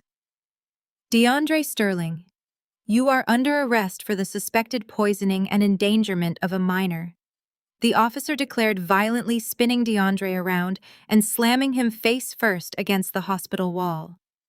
The sharp click of the metal cuffs locking around DeAndre's wrists echoed beautifully through the quiet waiting room. Another officer grabbed Mina, cuffing her exactly the same way. She was still screaming, thrashing against the physical restraint, the seams of her expensive maternity dress tearing under the pressure. DeAndre thrashed against the wall, his eyes wildly searching the room for salvation. He locked onto my father, who was standing frozen in absolute shock, watching his golden son-in-law and his golden daughter being arrested for poisoning his grandson. Calvin. DeAndre screamed, his voice raw and pathetic, as the officers began dragging him toward the exit. "Calvin, you have to fix this. Call the bank. Wire the bail money. Call your judges. Do not let them take me." Pastor Calvin snapped out of his trance. His chest heaved as he frantically dug into his tailored pockets. He pulled out his expensive smartphone, his fingers trembling wildly as he unlocked the screen. He was going to call the church's executive financial board. He was going to authorize the release of millions of dollars from the sanctuary's emergency reserves to bail out the criminals who had just poisoned my child. I stepped forward, moving smoothly and silently. I stood mere inches from my father's shaking frame. I watched his thumb hover over his email application, preparing to draft the emergency financial authorization that would set them free. I leaned in, bringing my lips right next to his ear. "Check your inbox, Dad," I whispered, my voice dripping with the lethal absolute finality of a queen claiming her throne. Calvin froze. His thumb tapped the screen. The email application opened. The bold, unread message sat at the very top of his priority inbox, sent directly from the executive legal team of Z Holdings. I watched his eyes scan the subject line. I watched the color completely drain from his face, leaving his skin a sickly pale gray. His jaw went slack. The phone slipped from his trembling fingers, clattering loudly onto the hospital floor. He slowly turned his head to look at me, his eyes wide with a terror he had never experienced in his entire life. I smiled, letting the reality of his total destruction wash over him. I just foreclosed on your church. I watched my father's smartphone slip from his numb fingers and clatter against the sterile hospital floor. The color drained entirely from his face as the reality of my words took root. I had just foreclosed on his empire. He was no longer the shepherd of a wealthy flock. He was a trespasser in a building I now owned. I turned my back on him, leaving him trembling in the waiting room, and walked back through the heavy double doors into the intensive care unit. My only concern was the small, fragile boy lying in the hospital bed. The doctors assured me Malik was stabilizing. The counteractive agents had neutralized the lethal cocktail of amphetamines and liquid sedatives DeAndre had so carelessly forced down his throat. My son was breathing on his own. He was going to survive. Knowing Malik was safe under heavy hospital security, a new icy resolve crystallized in my veins. DeAndre was sitting in a federal holding cell. Mina was locked in an interrogation room. But the architects of this entire toxic dynasty, my parents, were still breathing free air. Narcissists possess a terrifying capacity for delusion. I fully expected my parents to cancel their highly publicized 40th anniversary church Jubilee Gala scheduled for the following evening. I assumed they would be consulting defense attorneys or packing suitcases to flee the state. I underestimated their boundless greed. Less than 24 hours after their son-in-law was arrested for the attempted murder of their grandson Calvin and Beatrice opened the massive oak doors of the First Fellowship megachurch for the grandest celebration in the ministry's history. They did not cancel. They doubled down. They saw my foreclosure looming and decided to execute one final massive grift to save their own skins. The gala was a grotesque display of unearned wealth and pure hypocrisy. The massive sanctuary had been transformed into a lavish banquet hall. Round tables draped in gold silk filled the floor, adorned with towering centerpieces of white orchids and imported lilies. The state-of-the-art lighting rig bathed the room in a warm, heavenly glow. Thousands of devoted parishioners dressed in expensive tuxedos and designer evening gowns mingled under the illusion of spiritual prosperity. They had no idea they were standing in a building that legally belonged to me. I walked through the main doors wearing an immaculate tailored white pantsuit. I looked nothing like the broken, submissive daughter they had kept under their thumb for 30 years. I looked like an executioner. Beside me walked Terrence, his towering frame clad in a razor-sharp black tuxedo. The corporate attorney radiated a cold, lethal energy. We were a united front of absolute destruction. A hush fell over the congregation as we walked down the center aisle. Whispers rippled through the crowd. The rumor mill was already churning regarding Mina and DeAndre's sudden disappearance, but my parents had strictly controlled the narrative, blaming sudden illness and spiritual warfare. We did not stop until we reached the very front row, the VIP seats reserved exclusively for the pastoral family. We sat down directly in the center, crossing our arms, waiting for the show to begin. The lights dimmed. A dramatic swelling chord resonated from the massive pipe organ. My mother Beatrice stepped up to the crystal pulpit. She was dressed in a sweeping silver gown, looking every bit the regal, untouchable matriarch. She gripped the edges of the podium, bowing her head as a single perfectly calculated spotlight illuminated her face. When she looked up, her eyes were brimming with tears. It was a masterful, sickening performance. My beloved family. Beatrice began, her voice trembling with manufactured sorrow echoing through the state-of-the-art sound system. We gather tonight to celebrate 40 years of faith, 40 years of community, and 40 years of God's unwavering grace. But the enemy is angry. The devil hates prosperity. And right now our ministry is under a fierce, relentless spiritual attack. Amens and murmurs of agreement washed through the crowd. Beatrice wiped a tear from her cheek, her voice rising with passionate intensity. Greedy secular corporations are trying to silence us. Shadowy financial entities driven by pure malice and jealousy are attempting to seize our holy ground. They want to lock the doors of this sanctuary. They want to scatter this flock. We have been fighting legal battles behind closed doors, battling forces that want to strip this community of its spiritual home. I watched her from the front row, my face an emotionless mask. She was actually doing it. She was framing my legal foreclosure as a demonic conspiracy to guilt these hardworking people into bailing her out of her own financial crimes. "But God is greater than any corporate debt," Beatrice shouted, raising a fist into the air. The crowd erupted into applause. "We need to stand together tonight. We need to build a fortress of faith. We are asking this congregation to raise a $5 million seed offering before midnight. We need this money to fight the legal battles, to secure our borders, and to keep the devil out of our sanctuary. Dig deep into your pockets tonight. Give until it hurts, because your sacrifice will build a wall of protection around this church." Ushers immediately began moving down the aisles carrying velvet-lined offering buckets. Elderly women were pulling out their checkbooks. Families were opening their wallets, ready to hand over their hard-earned money to a woman who had let a child be poisoned to protect her lavish lifestyle. It was time to end the sermon. I did not stand up. I simply raised my right hand and caught the eye of the lead audiovisual technician, stationed in the glass booth hanging above the balcony. When I bought the church's debt, I technically became the employer of every single maintenance worker, security guard, and technician in the building. I had paid the AV team a very handsome bonus earlier that afternoon to ignore any orders coming from Pastor Calvin. I gave the technician a single sharp nod. Instantly, the massive glowing digital cross projected on the 50-foot LED screen behind the pulpit vanished. Beatrice stopped mid-sentence, confused by the sudden shift in lighting. She turned around to look at the screen. The entire congregation gasped. Instead of a holy symbol, the screen now displayed a live high-definition feed of the church's primary banking ledger.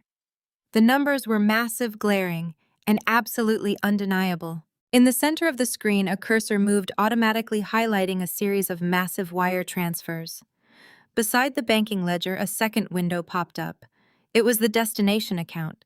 The routing numbers matched perfectly. The crowd began to murmur, confusion rapidly morphing into alarm. The screen clearly showed $2 million moving from the First Fellowship Senior Citizen Pension Fund directly into a corporate LLC registered to Aura by Mina.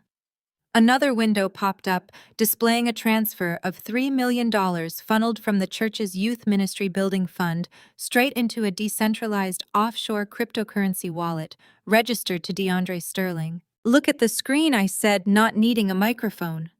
My voice carried clearly through the suddenly quiet sanctuary. "That is your $5 million seed offering. It is not fighting a spiritual attack. It is funding my sister's vanity project and my husband's offshore gambling accounts." The sanctuary erupted. The polite, respectful silence shattered into 1,000 pieces of deafening fury. People leaped out of their seats. The velvet offering buckets were thrown to the ground, coins and checks scattering across the carpet as parishioners surged forward. "This is a lie," Pastor Calvin roared, sprinting out from the wings and shoving Beatrice aside to grab the crystal podium. He gripped the microphone, his face purple with rage and sheer terror. "Do not look at the screen. This is a fabrication. It is a deep fake. The enemy has infiltrated our systems to spread vicious lies. Shut it down. Security, shut the screens down immediately." He waved frantically at the AV booth, but the technicians simply sat back in their chairs, ignoring his frantic commands. The deacons of the churchmen who had trusted Calvin with their families' financial futures began storming the aisles. They were marching toward the stage, their faces contorted with absolute betrayal. They were not seeking a spiritual blessing, they were demanding answers. "It is a trick!" Beatrice shrieked, backing away from the podium as the furious crowd closed in. "We are victims here." Then Terence stood up. His towering presence instantly commanded the attention of the entire room. He reached inside his tailored tuxedo jacket and pulled out a thick stack of official blue-bound legal documents. He held them high in the air for every single enraged parishioner to see. "It is not a deep fake," Calvin Terrence's voice boomed, cutting through the chaos with the lethal precision of a seasoned litigator. The crowd quieted just enough to hear the verdict. "These are the printed, notarized confessions from your daughter, Mina. She signed them in a federal interrogation room at 3 o'clock this afternoon in exchange for a plea deal. Terrence stepped closer to the stage, staring directly into the terrified eyes of the man who had blessed his fraudulent marriage. She confessed to everything: the money laundering, the wire fraud, and the coordinated theft of this congregation's pension fund. She detailed exactly how you and Beatrice signed the authorization forms to release the money. Calvin stumbled backward, his knees hitting the ornate wooden chair behind the pulpit. He was hyperventilating, his hands shaking wildly as he looked at the angry mob surrounding the stage. "It is real!" Terrence finalized, his voice ringing with absolute destruction. "And I filed the divorce and federal embezzlement papers against your daughter this morning." The sanctuary erupted into absolute pandemonium. The sheer magnitude of Terrence's declaration hit the 2,000 assembled congregants like a shockwave. These were people who had tithed their meager earnings, who had trusted their retirement funds to Pastor Calvin, who had literally wept during Beatrice's passionate pleas for financial salvation just moments before. Now the glossy veneer of the First Fellowship megachurch had been violently ripped away, exposing a den of vipers. Deacons in their tailored suits abandoned their posts, storming the marble steps of the altar. Ushers dropped the velvet offering buckets, letting gold coins and endorsed checks scatter across the plush carpet. The outrage was deafening. Parishioners were shouting, pointing fingers at Calvin, demanding their money back, demanding justice for the spiritual and financial rape of their community. Mina stood near the edge of the stage, her back pressed against a massive floral arrangement. She watched her empire crumble in real time. The brilliant, sophisticated architect of corporate fraud was completely trapped. Terrence's cold, unyielding stare locked her in place. She had lost her husband, her offshore accounts, her freedom, and her carefully curated public image. But Mina was a predator trained by Beatrice, and a cornered predator always resorts to its most manipulative instinct. She needed a distraction. She needed sympathy. She needed to become the victim. Mina let out a piercing, blood-curdling shriek that cut through the roar of the angry congregation. She doubled over violently, clutching her swollen, pregnant belly. Her designer maternity gown bunched around her hands as she dropped heavily to her knees on the polished wooden stage.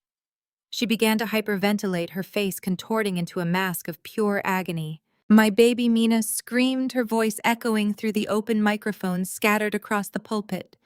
"The stress is killing my baby. Please, someone help me. I am going into premature labor. Call an ambulance. My baby is dying." The sheer volume and desperation of her cries momentarily stunned the advancing crowd. The furious deacons hesitated, their righteous anger momentarily clashing with the primal human instinct to protect a pregnant woman in distress. Beatrice immediately rushed to her daughter's side, dropping to the floor and wrapping her arms around Mina, screaming at the ushers to call for medical assistance. Calvin grabbed the microphone, his voice booming over the speakers, demanding that the congregation step back and make way for emergency personnel. They were trying to use an unborn child as a human shield to escape the angry mob. I did not hesitate. I did not feel a single ounce of pity. I walked out of the front row, my heels clicking sharply against the marble floor. I moved with a slow, deliberate purpose, parting the sea of confused and outraged parishioners. They instinctively stepped aside, sensing the lethal, unyielding energy radiating from my every movement. I walked up the short flight of stairs to the main stage, my eyes locked entirely on the pathetic, writhing form of my older sister. The entire congregation went dead silent. 2,000 people held their breath, their eyes fixed on the altar, waiting to see what the betrayed daughter, the mother of the poisoned child, would do next. Even Pastor Calvin froze, the microphone hanging loosely from his hand, completely paralyzed by my approach. I stopped directly over Mina. I looked down at her tear-stained face, watching her heave and sob, clutching her swollen stomach with perfectly manicured hands. I stared at her until her theatrical cries began to falter under the weight of my absolute silence. "You can stop acting, Mina," I said. My voice was not a shout. It was a cold, razor-sharp command that carried perfectly through the silent sanctuary, amplified by the pulpit microphones. Mina gasped, looking up at me with wide, fearful eyes. She clutched her belly tighter, letting out a pathetic whimper. Zoya. Please, she sobbed, forcing fresh tears down her cheeks. Have some mercy. I am losing the baby. The shock of all these lies is causing a miscarriage. I did not blink. I reached inside the tailored pocket of my white blazer and pulled out a thick manila medical file. I held it up for the entire congregation to see. While my 9-year-old son was fighting for his life in an intensive care unit because you and DeAndre poisoned him. I was not just sitting by his bedside crying. I stated, my voice echoing off the vaulted ceilings. I paid my private investigator to rip apart your entire life. I paid him to breach every firewall, to access every private record, and to find out exactly what kind of monster I was dealing with. He pulled your private clinic records, Mina. Mina's fake sobbing abruptly stopped. Her breath caught in her throat. The color drained from her face, leaving her skin an ashen, sickly gray. Beatrice looked up at me, her hands hovering over Mina, sudden confusion replacing her maternal panic. I flipped the file open. The pages inside were stamped with the official logo of a highly discreet, ultra-expensive reproductive clinic located 2 states over. You are not pregnant, I declared, my voice ringing out with absolute, indisputable authority. A collective gasp ripped through the 2,000 people watching the stage. Terrence stepped up onto the altar behind me, his arms crossed, watching his estranged wife's total destruction with cold satisfaction. Mina frantically shook her head, crawling backward on the stage. That is a lie, she stammered, her voice high and breathless. I am 6 months pregnant. Everyone can see I am pregnant. You are just trying to destroy me because you are jealous. I pulled a single sheet of paper from the file and read directly from the clinic notes. You were pregnant, I corrected, staring her down. But you had a secret abortion 3 weeks ago. You paid $75,000 in untraceable cash to a private physician to terminate the pregnancy and seal the records. Beatrice gasped, physically recoiling from Mina. Calvin dropped the microphone entirely. You did not terminate the pregnancy out of medical necessity, I continued, my voice mercilessly cutting through her rapidly crumbling facade. You did it because you ordered an amniocentesis. You ran an advanced DNA panel. The test revealed a specific genetic marker, a rare hereditary trait that Terrence does not possess. The baby had a genetic marker proving beyond a shadow of a doubt that it was DeAndre's child. The silence in the room was absolute, suffocating. The sheer depravity of the betrayal hung heavy in the air. You knew Terrence would demand a paternity test the second that child was born, I said, taking another step toward her. You knew that your entire fraudulent marriage, your access to his wealth, and your pristine reputation would be instantly destroyed when he found out you were carrying his brother-in-law's baby. So you got rid of the evidence. But you could not tell Terrence you lost the baby because he was already suspicious of your financial movements. You needed him to stay invested in the marriage just a little bit longer while you finished draining his accounts and laundering the church funds. You needed to maintain the illusion of the perfect expanding family. I tossed the medical file onto the stage. It landed directly beside Mina's knees. So you bought a prop, I stated. Mina scrambled to her feet, her eyes wild, cornered, and entirely unhinged. She backed away from me, her hands desperately shielding her protruding stomach. Do not touch me, she screamed, looking wildly at the deacons, at her parents, at the congregation. She is insane. She is making this up. I am carrying a child. I lunged forward with blinding speed. Mina tried to twist away, but I grabbed the collar of her expensive silk maternity gown. With one violent, forceful pull, I ripped the fabric straight down the middle. The expensive silk tore open, exposing the tight, restrictive elastic bands underneath. Before she could swat my hands away, I reached down and grabbed the thick, fleshy edge of the prosthetic. I yanked backward with every ounce of strength I had. The heavy medical-grade silicone belly bump ripped away from her waist with a loud, sickening sound of heavy adhesive snapping. I stood perfectly straight, holding the massive hollow silicone prop high in the air for all 2,000 congregants to witness. Mina stood exposed on the altar. Her stomach was perfectly flat. There was no baby, There was no pregnancy. There was only a hollow, pathetic woman who had faked motherhood while actively trying to murder my actual child. Mina stared down at her flat stomach, then up at the thousands of horrified faces staring back at her. She let out a scream of absolute, unadulterated horror. She threw her hands over her face, sinking to the floor, completely destroyed, completely exposed. Her ultimate manipulation had been violently stripped away. The congregation erupted into a deafening roar of outrage. The ultimate deception had been laid bare on their holy altar. Pastor Calvin and Beatrice backed against the back wall of the stage, their faces masks of pure terror, as the deacons began to advance up the steps. They had nowhere left to run. Then, cutting through the shouting and the chaos inside the sanctuary, a new sound pierced the night. The sharp, piercing wail of heavy sirens echoed from the street outside. Red and blue lights began flashing through the massive stained glass windows, illuminating the terrified faces of my parents. Terrence stepped up beside me, adjusting his suit jacket with a calm, satisfied smirk. He looked down at Pastor Calvin and Beatrice. "I filed the embezzlement charges this morning," Terrence stated smoothly, his voice carrying just enough to reach their ears. "But I tipped off the Federal Bureau of Investigation 30 minutes ago. I told them you were attempting to flee the country with the remaining congregation funds. They expedited the arrest warrants." The heavy oak doors at the back of the sanctuary burst open. A dozen federal agents in tactical gear flooded into the church, their badges gleaming in the dim light, marching straight down the center aisle toward the altar. The heavy oak doors at the back of the sanctuary burst open with a deafening crash that shook the massive stained glass windows.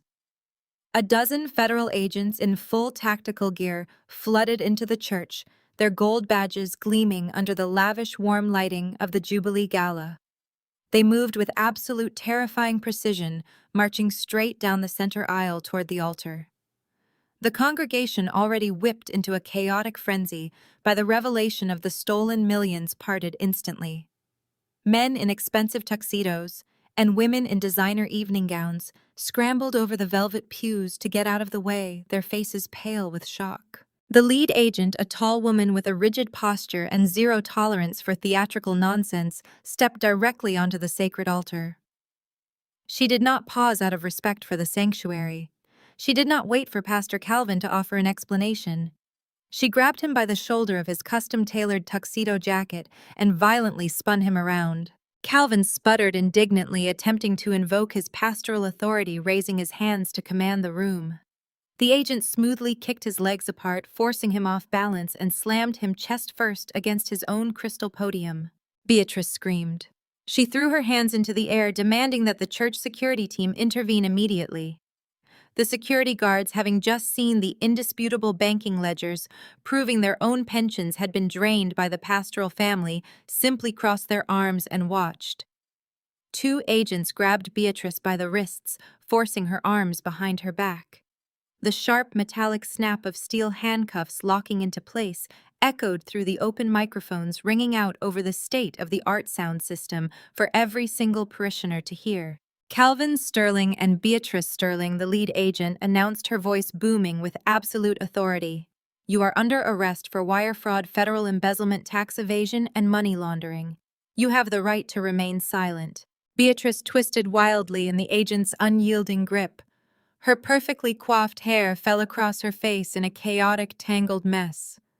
The facade of the loving, pious matriarch completely vanished in an instant, replaced by the vicious, cornered animal she truly was. She locked eyes with me. Her chest heaved with ragged breaths as she realized her empire, her wealth, and her untouchable social status had been entirely decimated. "You are cursed!" Beatrice screamed, her voice cracking with unhinged, venomous fury. "You have destroyed your own blood. You have ruined this family." I stepped forward. The congregation went dead silent, holding their collective breath, waiting to see how the betrayed daughter would respond. I did not flinch. I did not raise my voice.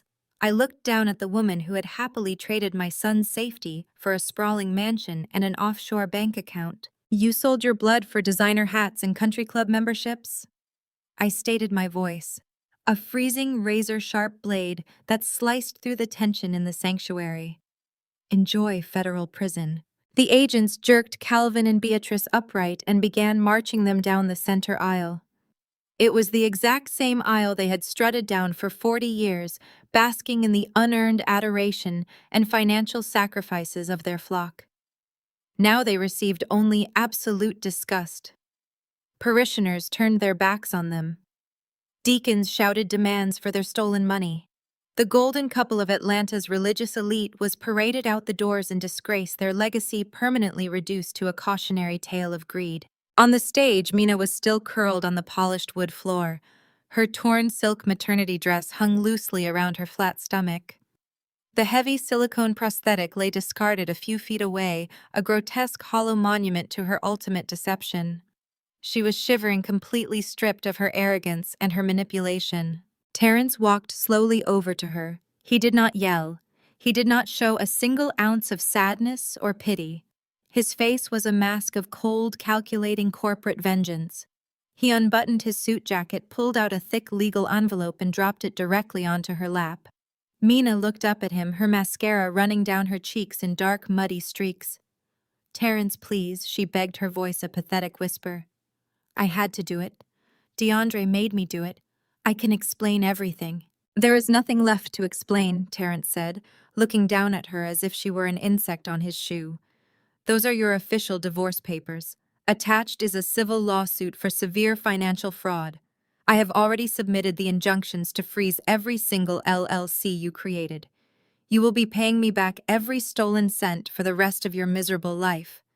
You are going to be millions of dollars in debt, and you are going to face it entirely alone." He turned on his heel and walked off the stage without a backward glance. Mina clutched the envelope to her chest, letting out a broken, agonizing wail. She was left sobbing alone under the glaring stage lights as the remaining congregants filed out in absolute disgust, leaving her in the ruins of the church she had helped destroy. Across town in a bleak cinderblock federal holding cell, DeAndre was experiencing his own personal hell. He had been pacing the cramped space for hours, desperately waiting for Pastor Calvin to wire his bail money. Instead, his panicked defense attorney arrived with catastrophic news. "I had not just seized the church. I had engaged Z Holdings' aggressive legal team to file an emergency ex parte order. I had legally stripped DeAndre of all parental rights, citing the irrefutable, undeniable medical evidence of him poisoning our son. Furthermore, the offshore cryptocurrency wallets he thought were completely untouchable had been traced, frozen, and seized by federal authorities, thanks to the digital trail Terence had uncovered. The millions he had stolen from the youth ministry were gone. His legal license would be revoked. He was facing decades behind bars, with no money, no family, and no leverage. DeAndre slumped onto the metal bench, burying his face in his hands, as the terrifying reality set in. I had left him with absolutely nothing. Standing in the empty sanctuary, the adrenaline that had fueled my systematic dismantling of my toxic family finally began to recede. My hands started to shake. The empire was in ruins, the villains were locked in cages, but my only true treasure was still lying in a hospital bed, recovering from a lethal overdose. I needed to see Malik. I needed to hold my son and promise him that the nightmare was finally over. I left Terence coordinating with the remaining federal agents and sprinted out the side exit of the church. The cold night air hit my face, bringing a sharp, desperate clarity. I jumped into my car and slammed my foot on the accelerator. I broke every speed limit driving back to the children's hospital, my tires screeching as I pulled into the emergency parking zone. I sprinted through the sliding glass doors, entirely bypassing the reception desk. I hit the elevator button for the intensive care unit, tapping my foot frantically against the linoleum floor. My heart hammered violently against my ribs.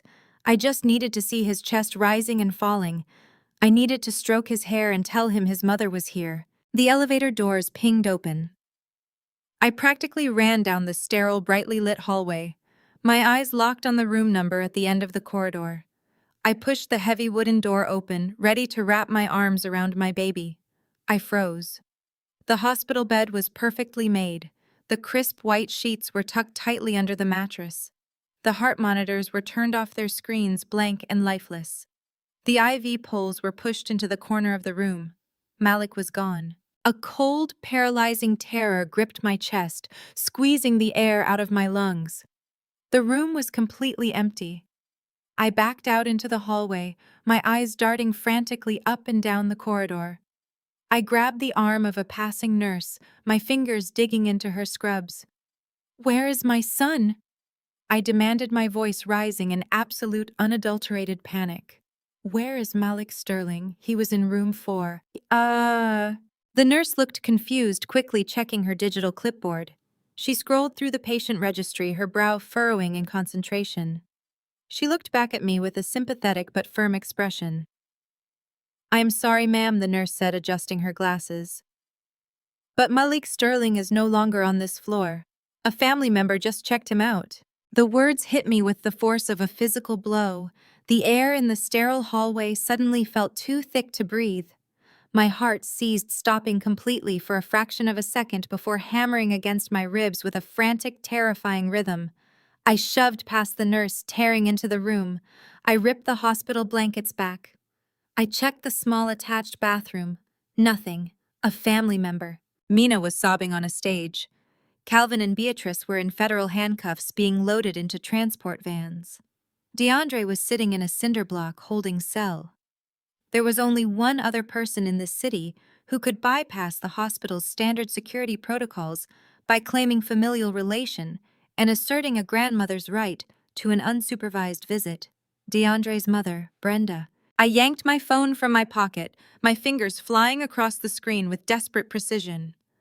Weeks ago, when I first started uncovering the staggering depths of DeAndre's financial treachery, I had prepared for worst-case scenarios. I had sewn a tiny waterproof GPS tracker into the lining of Malik's favorite blue jacket, the one the nurses had draped over the chair in his room. I opened the tracking app. A single red dot blinked against the digital map of Atlanta. It was moving slowly, coming to a dead stop in the south side. It was a decaying, forgotten subdivision where Brenda still lived in a rotting vinyl-sided house that DeAndre was too cheap to upgrade despite his millions in stolen ministry funds. I did not wait for hospital security. I did not waste breath screaming at the nursing staff to initiate a lockdown. I turned and ran. I sprinted back down the corridor, vaulting into the stairwell and taking the concrete steps 3 at a time. Within 60 seconds, I was back behind the wheel of my car. I slammed the gear shift into drive and floored the accelerator. The engine roared as I tore out of the hospital parking lot, leaving a thick trail of burning rubber. My mind was a singular, laser-focused weapon. Brenda had taken my son. She had ripped a heavily medicated child out of an intensive care unit to use as a pawn. She wanted leverage. She needed a bargaining chip to negotiate her golden boy's bail. She was about to find out exactly what happens when you corner a mother who has nothing left to lose. The drive was a chaotic blur of running red lights, blaring horns, and reckless swerving. I ripped through the decaying streets of the south side, the streetlights flickering overhead like dying stars, casting long, sinister shadows across the cracked pavement. I slammed the brakes in front of Brenda's house. The front lawn was a graveyard of overgrown weeds and discarded junk. The paint was peeling from the slanted front porch. A rusty sedan was parked haphazardly in the dirt driveway. The red dot on my phone was pulsing directly inside the living room. I did not walk up the cracked concrete path. I marched. I did not knock on the chipped wooden door. I did not ring the broken doorbell. I took a step back, raised my heel, and drove the sole of my shoe directly into the center of the door, right next to the rusted deadbolt. The rotting wood splintered instantly. The door frame cracked with a loud, violent snap, and the door flew inward, slamming against the interior drywall with the concussive force of a gunshot. I stepped over the threshold into the dimly lit, smoke-filled living room. The television was blaring some late-night infomercial, casting a blue, flickering glow across the room.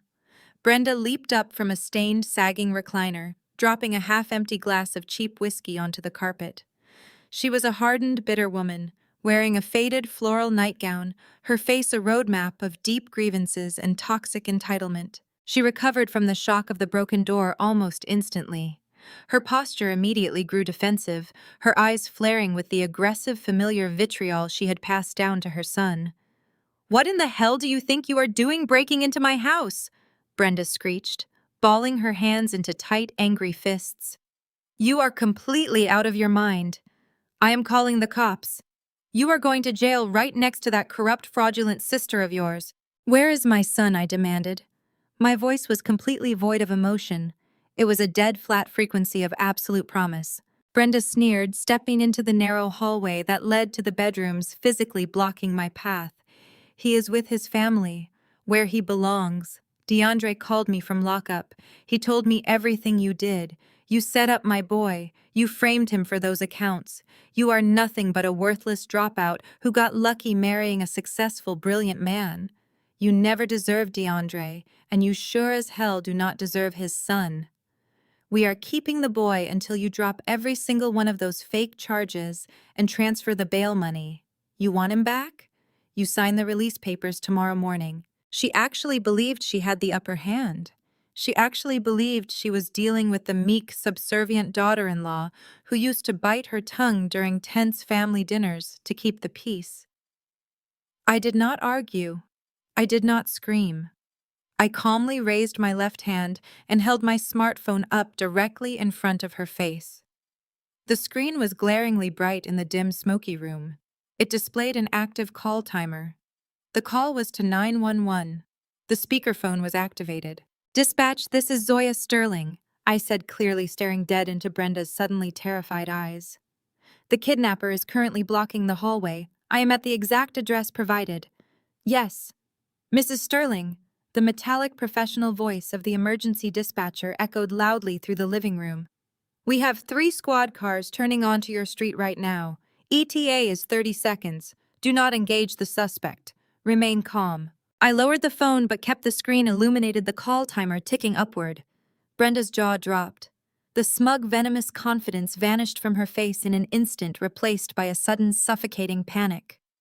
The distant wail of police sirens began to echo through the thin walls of the house, rapidly growing louder, filling the neighborhood with the sound of impending justice. "You have exactly 30 seconds, I said, my voice dropping to a lethal, icy whisper.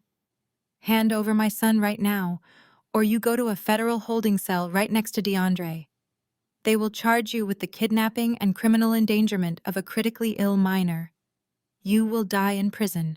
The sirens blared closer, the flashing blue and red lights beginning to strobe through the dirty living room windows, painting the walls in erratic, frantic colors. Brenda's bravado completely shattered. She stumbled backward, her shoulders hitting the wall, pointing a shaking, trembling finger toward the back bedroom. I shoved past her, ignoring her entirely. I kicked open the door to the back bedroom. The room was dark, smelling of stale dust and old mildew. The unmade bed was empty. I scanned the shadows frantically, my heart climbing into my throat. Then I heard it, a tiny muffled whimper coming from the far corner of the room. I rushed over to the narrow louvered closet doors and yanked them open.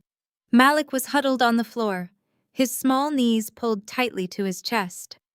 He was still wearing his hospital gown, his bare feet trembling against the cold, scuffed hardwood.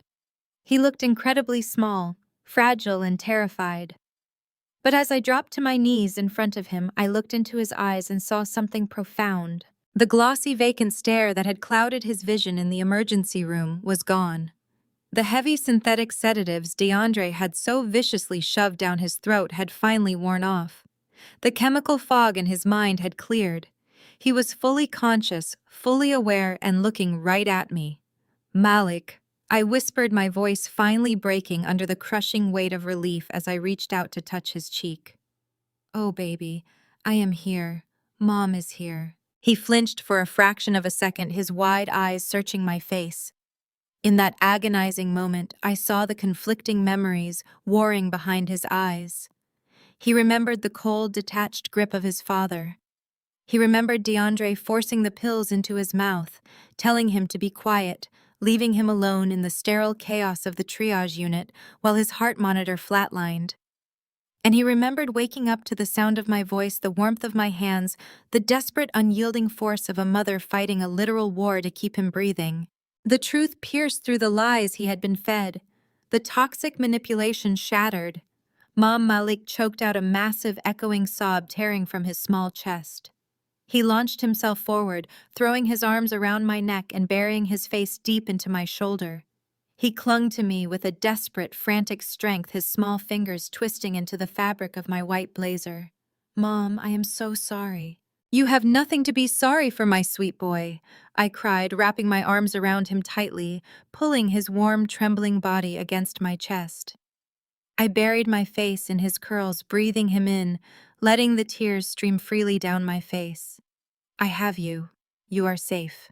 I have you." "Dad made me take those pills." Malik sobbed, his voice muffled against my jacket, the dark, ugly truth finally spilling out into the open. "He told me I had to take them to be strong. He told me you didn't love me anymore. He told me you were going to leave us." The sheer cruelty of DeAndre's manipulation felt like a rusted blade twisting in my ribs.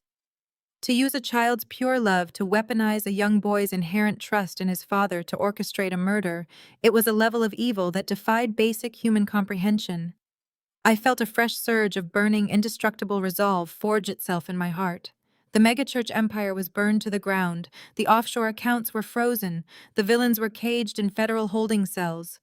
But this pure, unbreakable bond between a mother and her son was the only victory that mattered. I pulled back just enough to look directly into his tear-filled eyes. I brushed the damp curls from his forehead, my hands steady and absolutely sure. "Look at me, Malik," I said, my voice fiercely tender. "That was a lie. I love you more than life itself. You are my entire world. And I promise you I will burn the whole world down before I let anyone hurt you ever again." I stood up, lifting his light frame effortlessly into my arms. He wrapped his legs around my waist and rested his head heavily on my shoulder, his trembling slowly subsiding as he surrendered to the absolute safety of my embrace. I turned and walked out of the closet, out of the dark bedroom, and back through the living room. Brenda was pressed against the wall, her hands raised in terrified surrender as two armed police officers barged through the splintered front door, their tactical flashlights cutting through the smoke. I did not look at her. I did not look at the officers. I walked straight out into the cool, clean night air, holding my entire world in my arms. "We are going home," I whispered to my son, 2 years later. The morning sun hit the floor-to-ceiling glass windows of my corner office, bathing the sleek, minimalist interior in a warm, golden light. I stood on the expansive wraparound balcony of the newly constructed Z Holdings corporate headquarters, looking out over the bustling district of Buckhead. The Atlanta skyline stretched out before me, a concrete and steel jungle that I had systematically conquered. I was no longer the quiet, submissive daughter pushed into the shadows of a megachurch altar. I was no longer the hidden, mocked scapegoat of the Sterling dynasty. I was a recognized titan in the southeastern real estate and financial sector. My name commanded respect in boardrooms where my parents used to beg for donations. The empire I had built was forged in the fire of their betrayal, and it stood on an unshakable foundation of absolute truth. The villains of my past had reaped the exact harvest they sowed. Justice had not just been served, it had been absolute and merciless. DeAndre's federal trial had been swift, a brutal unmasking of his catastrophic arrogance. The undeniable medical records, the financial trails, and the testimonies brought against him left no room for his usual silver-tongued manipulation. He was currently serving a 15-year sentence in a maximum security federal penitentiary. The man who had once worn custom-tailored suits and managed millions in offshore cryptocurrency was now reduced to a sterile, heavily monitored existence. His convictions for child endangerment and wire fraud ensured that he would never hold a position of power, trust, or authority ever again. He was a ghost locked away in a concrete box, completely stripped of the family he had so carelessly tried to destroy. My parents, Pastor Calvin and Beatrice, experienced a fall from grace so spectacular it became a cautionary tale whispered throughout the city. The federal seizure of the First Fellowship megachurch was only the beginning of their ruin. Their assets were frozen, their lavish mansion was foreclosed upon, and the massive congregation they had exploited for 4 decades scattered to the wind. Today, the architects of the prosperity gospel, live in a cramped, low-income apartment on the outskirts of the city. There are no more sweeping silver gowns, no more crystal pulpits, and no more jubilee galas. They are entirely shunned by the community they once lorded over, forced to navigate the crushing reality of poverty that they used to preach against. The deafening silence of their irrelevance is their ultimate prison. Mina suffered the most poetic destruction of all. Terence had unleashed a legal storm that decimated her completely.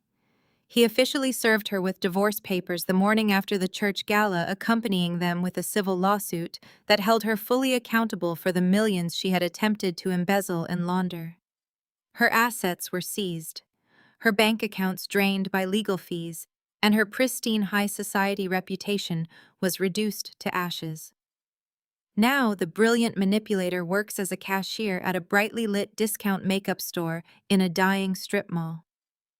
She spends her days standing behind a plastic register scanning cheap lipstick and desperately dodging relentless calls from aggressive debt collectors. The millions she owes Terence will follow her for the rest of her miserable life, a heavy, suffocating chain that ensures she will never rise above the ruin she created. Through the wreckage, unexpected alliances evolved into unbreakable bonds. Terence successfully rebuilt his law firm, purging the toxic remnants of Mina's influence and establishing himself as one of the most formidable corporate litigators in the state. Our shared experience of surviving the Sterling family's treachery forged a profound mutual respect. Today he remains a sharp, unyielding legal partner to Z Holdings, ensuring my empire is legally impenetrable. Beyond the boardroom, Terence has become a steadfast, respectful co-parenting ally, stepping up as a solid, dependable uncle figure for Malik when my son needed positive male guidance the most. We built a fortress around my boy, ensuring that the toxicity of his biological father was entirely replaced by genuine support and unwavering stability. The heavy glass door of my office slid open, breaking my reflection. "Mom, look what I finished." I turned away from the skyline and smiled. Malik ran out onto the balcony, his sneakers squeaking against the polished stone. At 11 years old, he was thriving. The pale, fragile boy who had been strapped to hospital monitors was completely gone. He was healthy, bright, and radiating an effortless, joyful energy. He was completely free of the toxic, crushing expectations of the Sterling family legacy. He did not carry the weight of their secrets or the burden of their lies. He only knew safety, love, and the absolute certainty that his mother would fight the world for him. He held up a large piece of graph paper, his eyes shining with excitement. It was a meticulously drawn blueprint for a treehouse complete with a rope bridge and a designated reading nook. He had spent weeks drafting it, taking his measurements with the serious dedication of a master architect. "This is incredible, baby," I said, taking the blueprint and examining the precise lines. "You really thought of everything. The structural support looks solid. Are you ready to start building it this weekend?" Malik beamed, wrapping his arms tightly around my waist. "Yes," Terence said he would bring his tool belt on Saturday to help us set the foundation posts. I hugged him back, resting my chin on top of his head. "We will get the lumber delivered on Friday. It is going to be the best treehouse in the city." Malik pulled back, giving me a bright, gap-toothed smile before turning and sprinting back into the office to grab his colored pencils. I watched him go, my heart overflowing with a fierce, protective warmth. I turned back to the balcony railing, placing my hands on the cool metal, and looked out over the sprawling city I had conquered. The journey from the bottom of the hospital stairs to the top of this high-rise had been brutal. The people who were supposed to protect me had tried to break me. They had demanded my silence, my submission, and my compliance. They called me a failure. They tried to bury me in the dark to keep their false idols shining. But they forgot one thing: seeds grow in the dark. I didn't just survive their fire, I became the inferno. I am Zoya, and I built my own kingdom.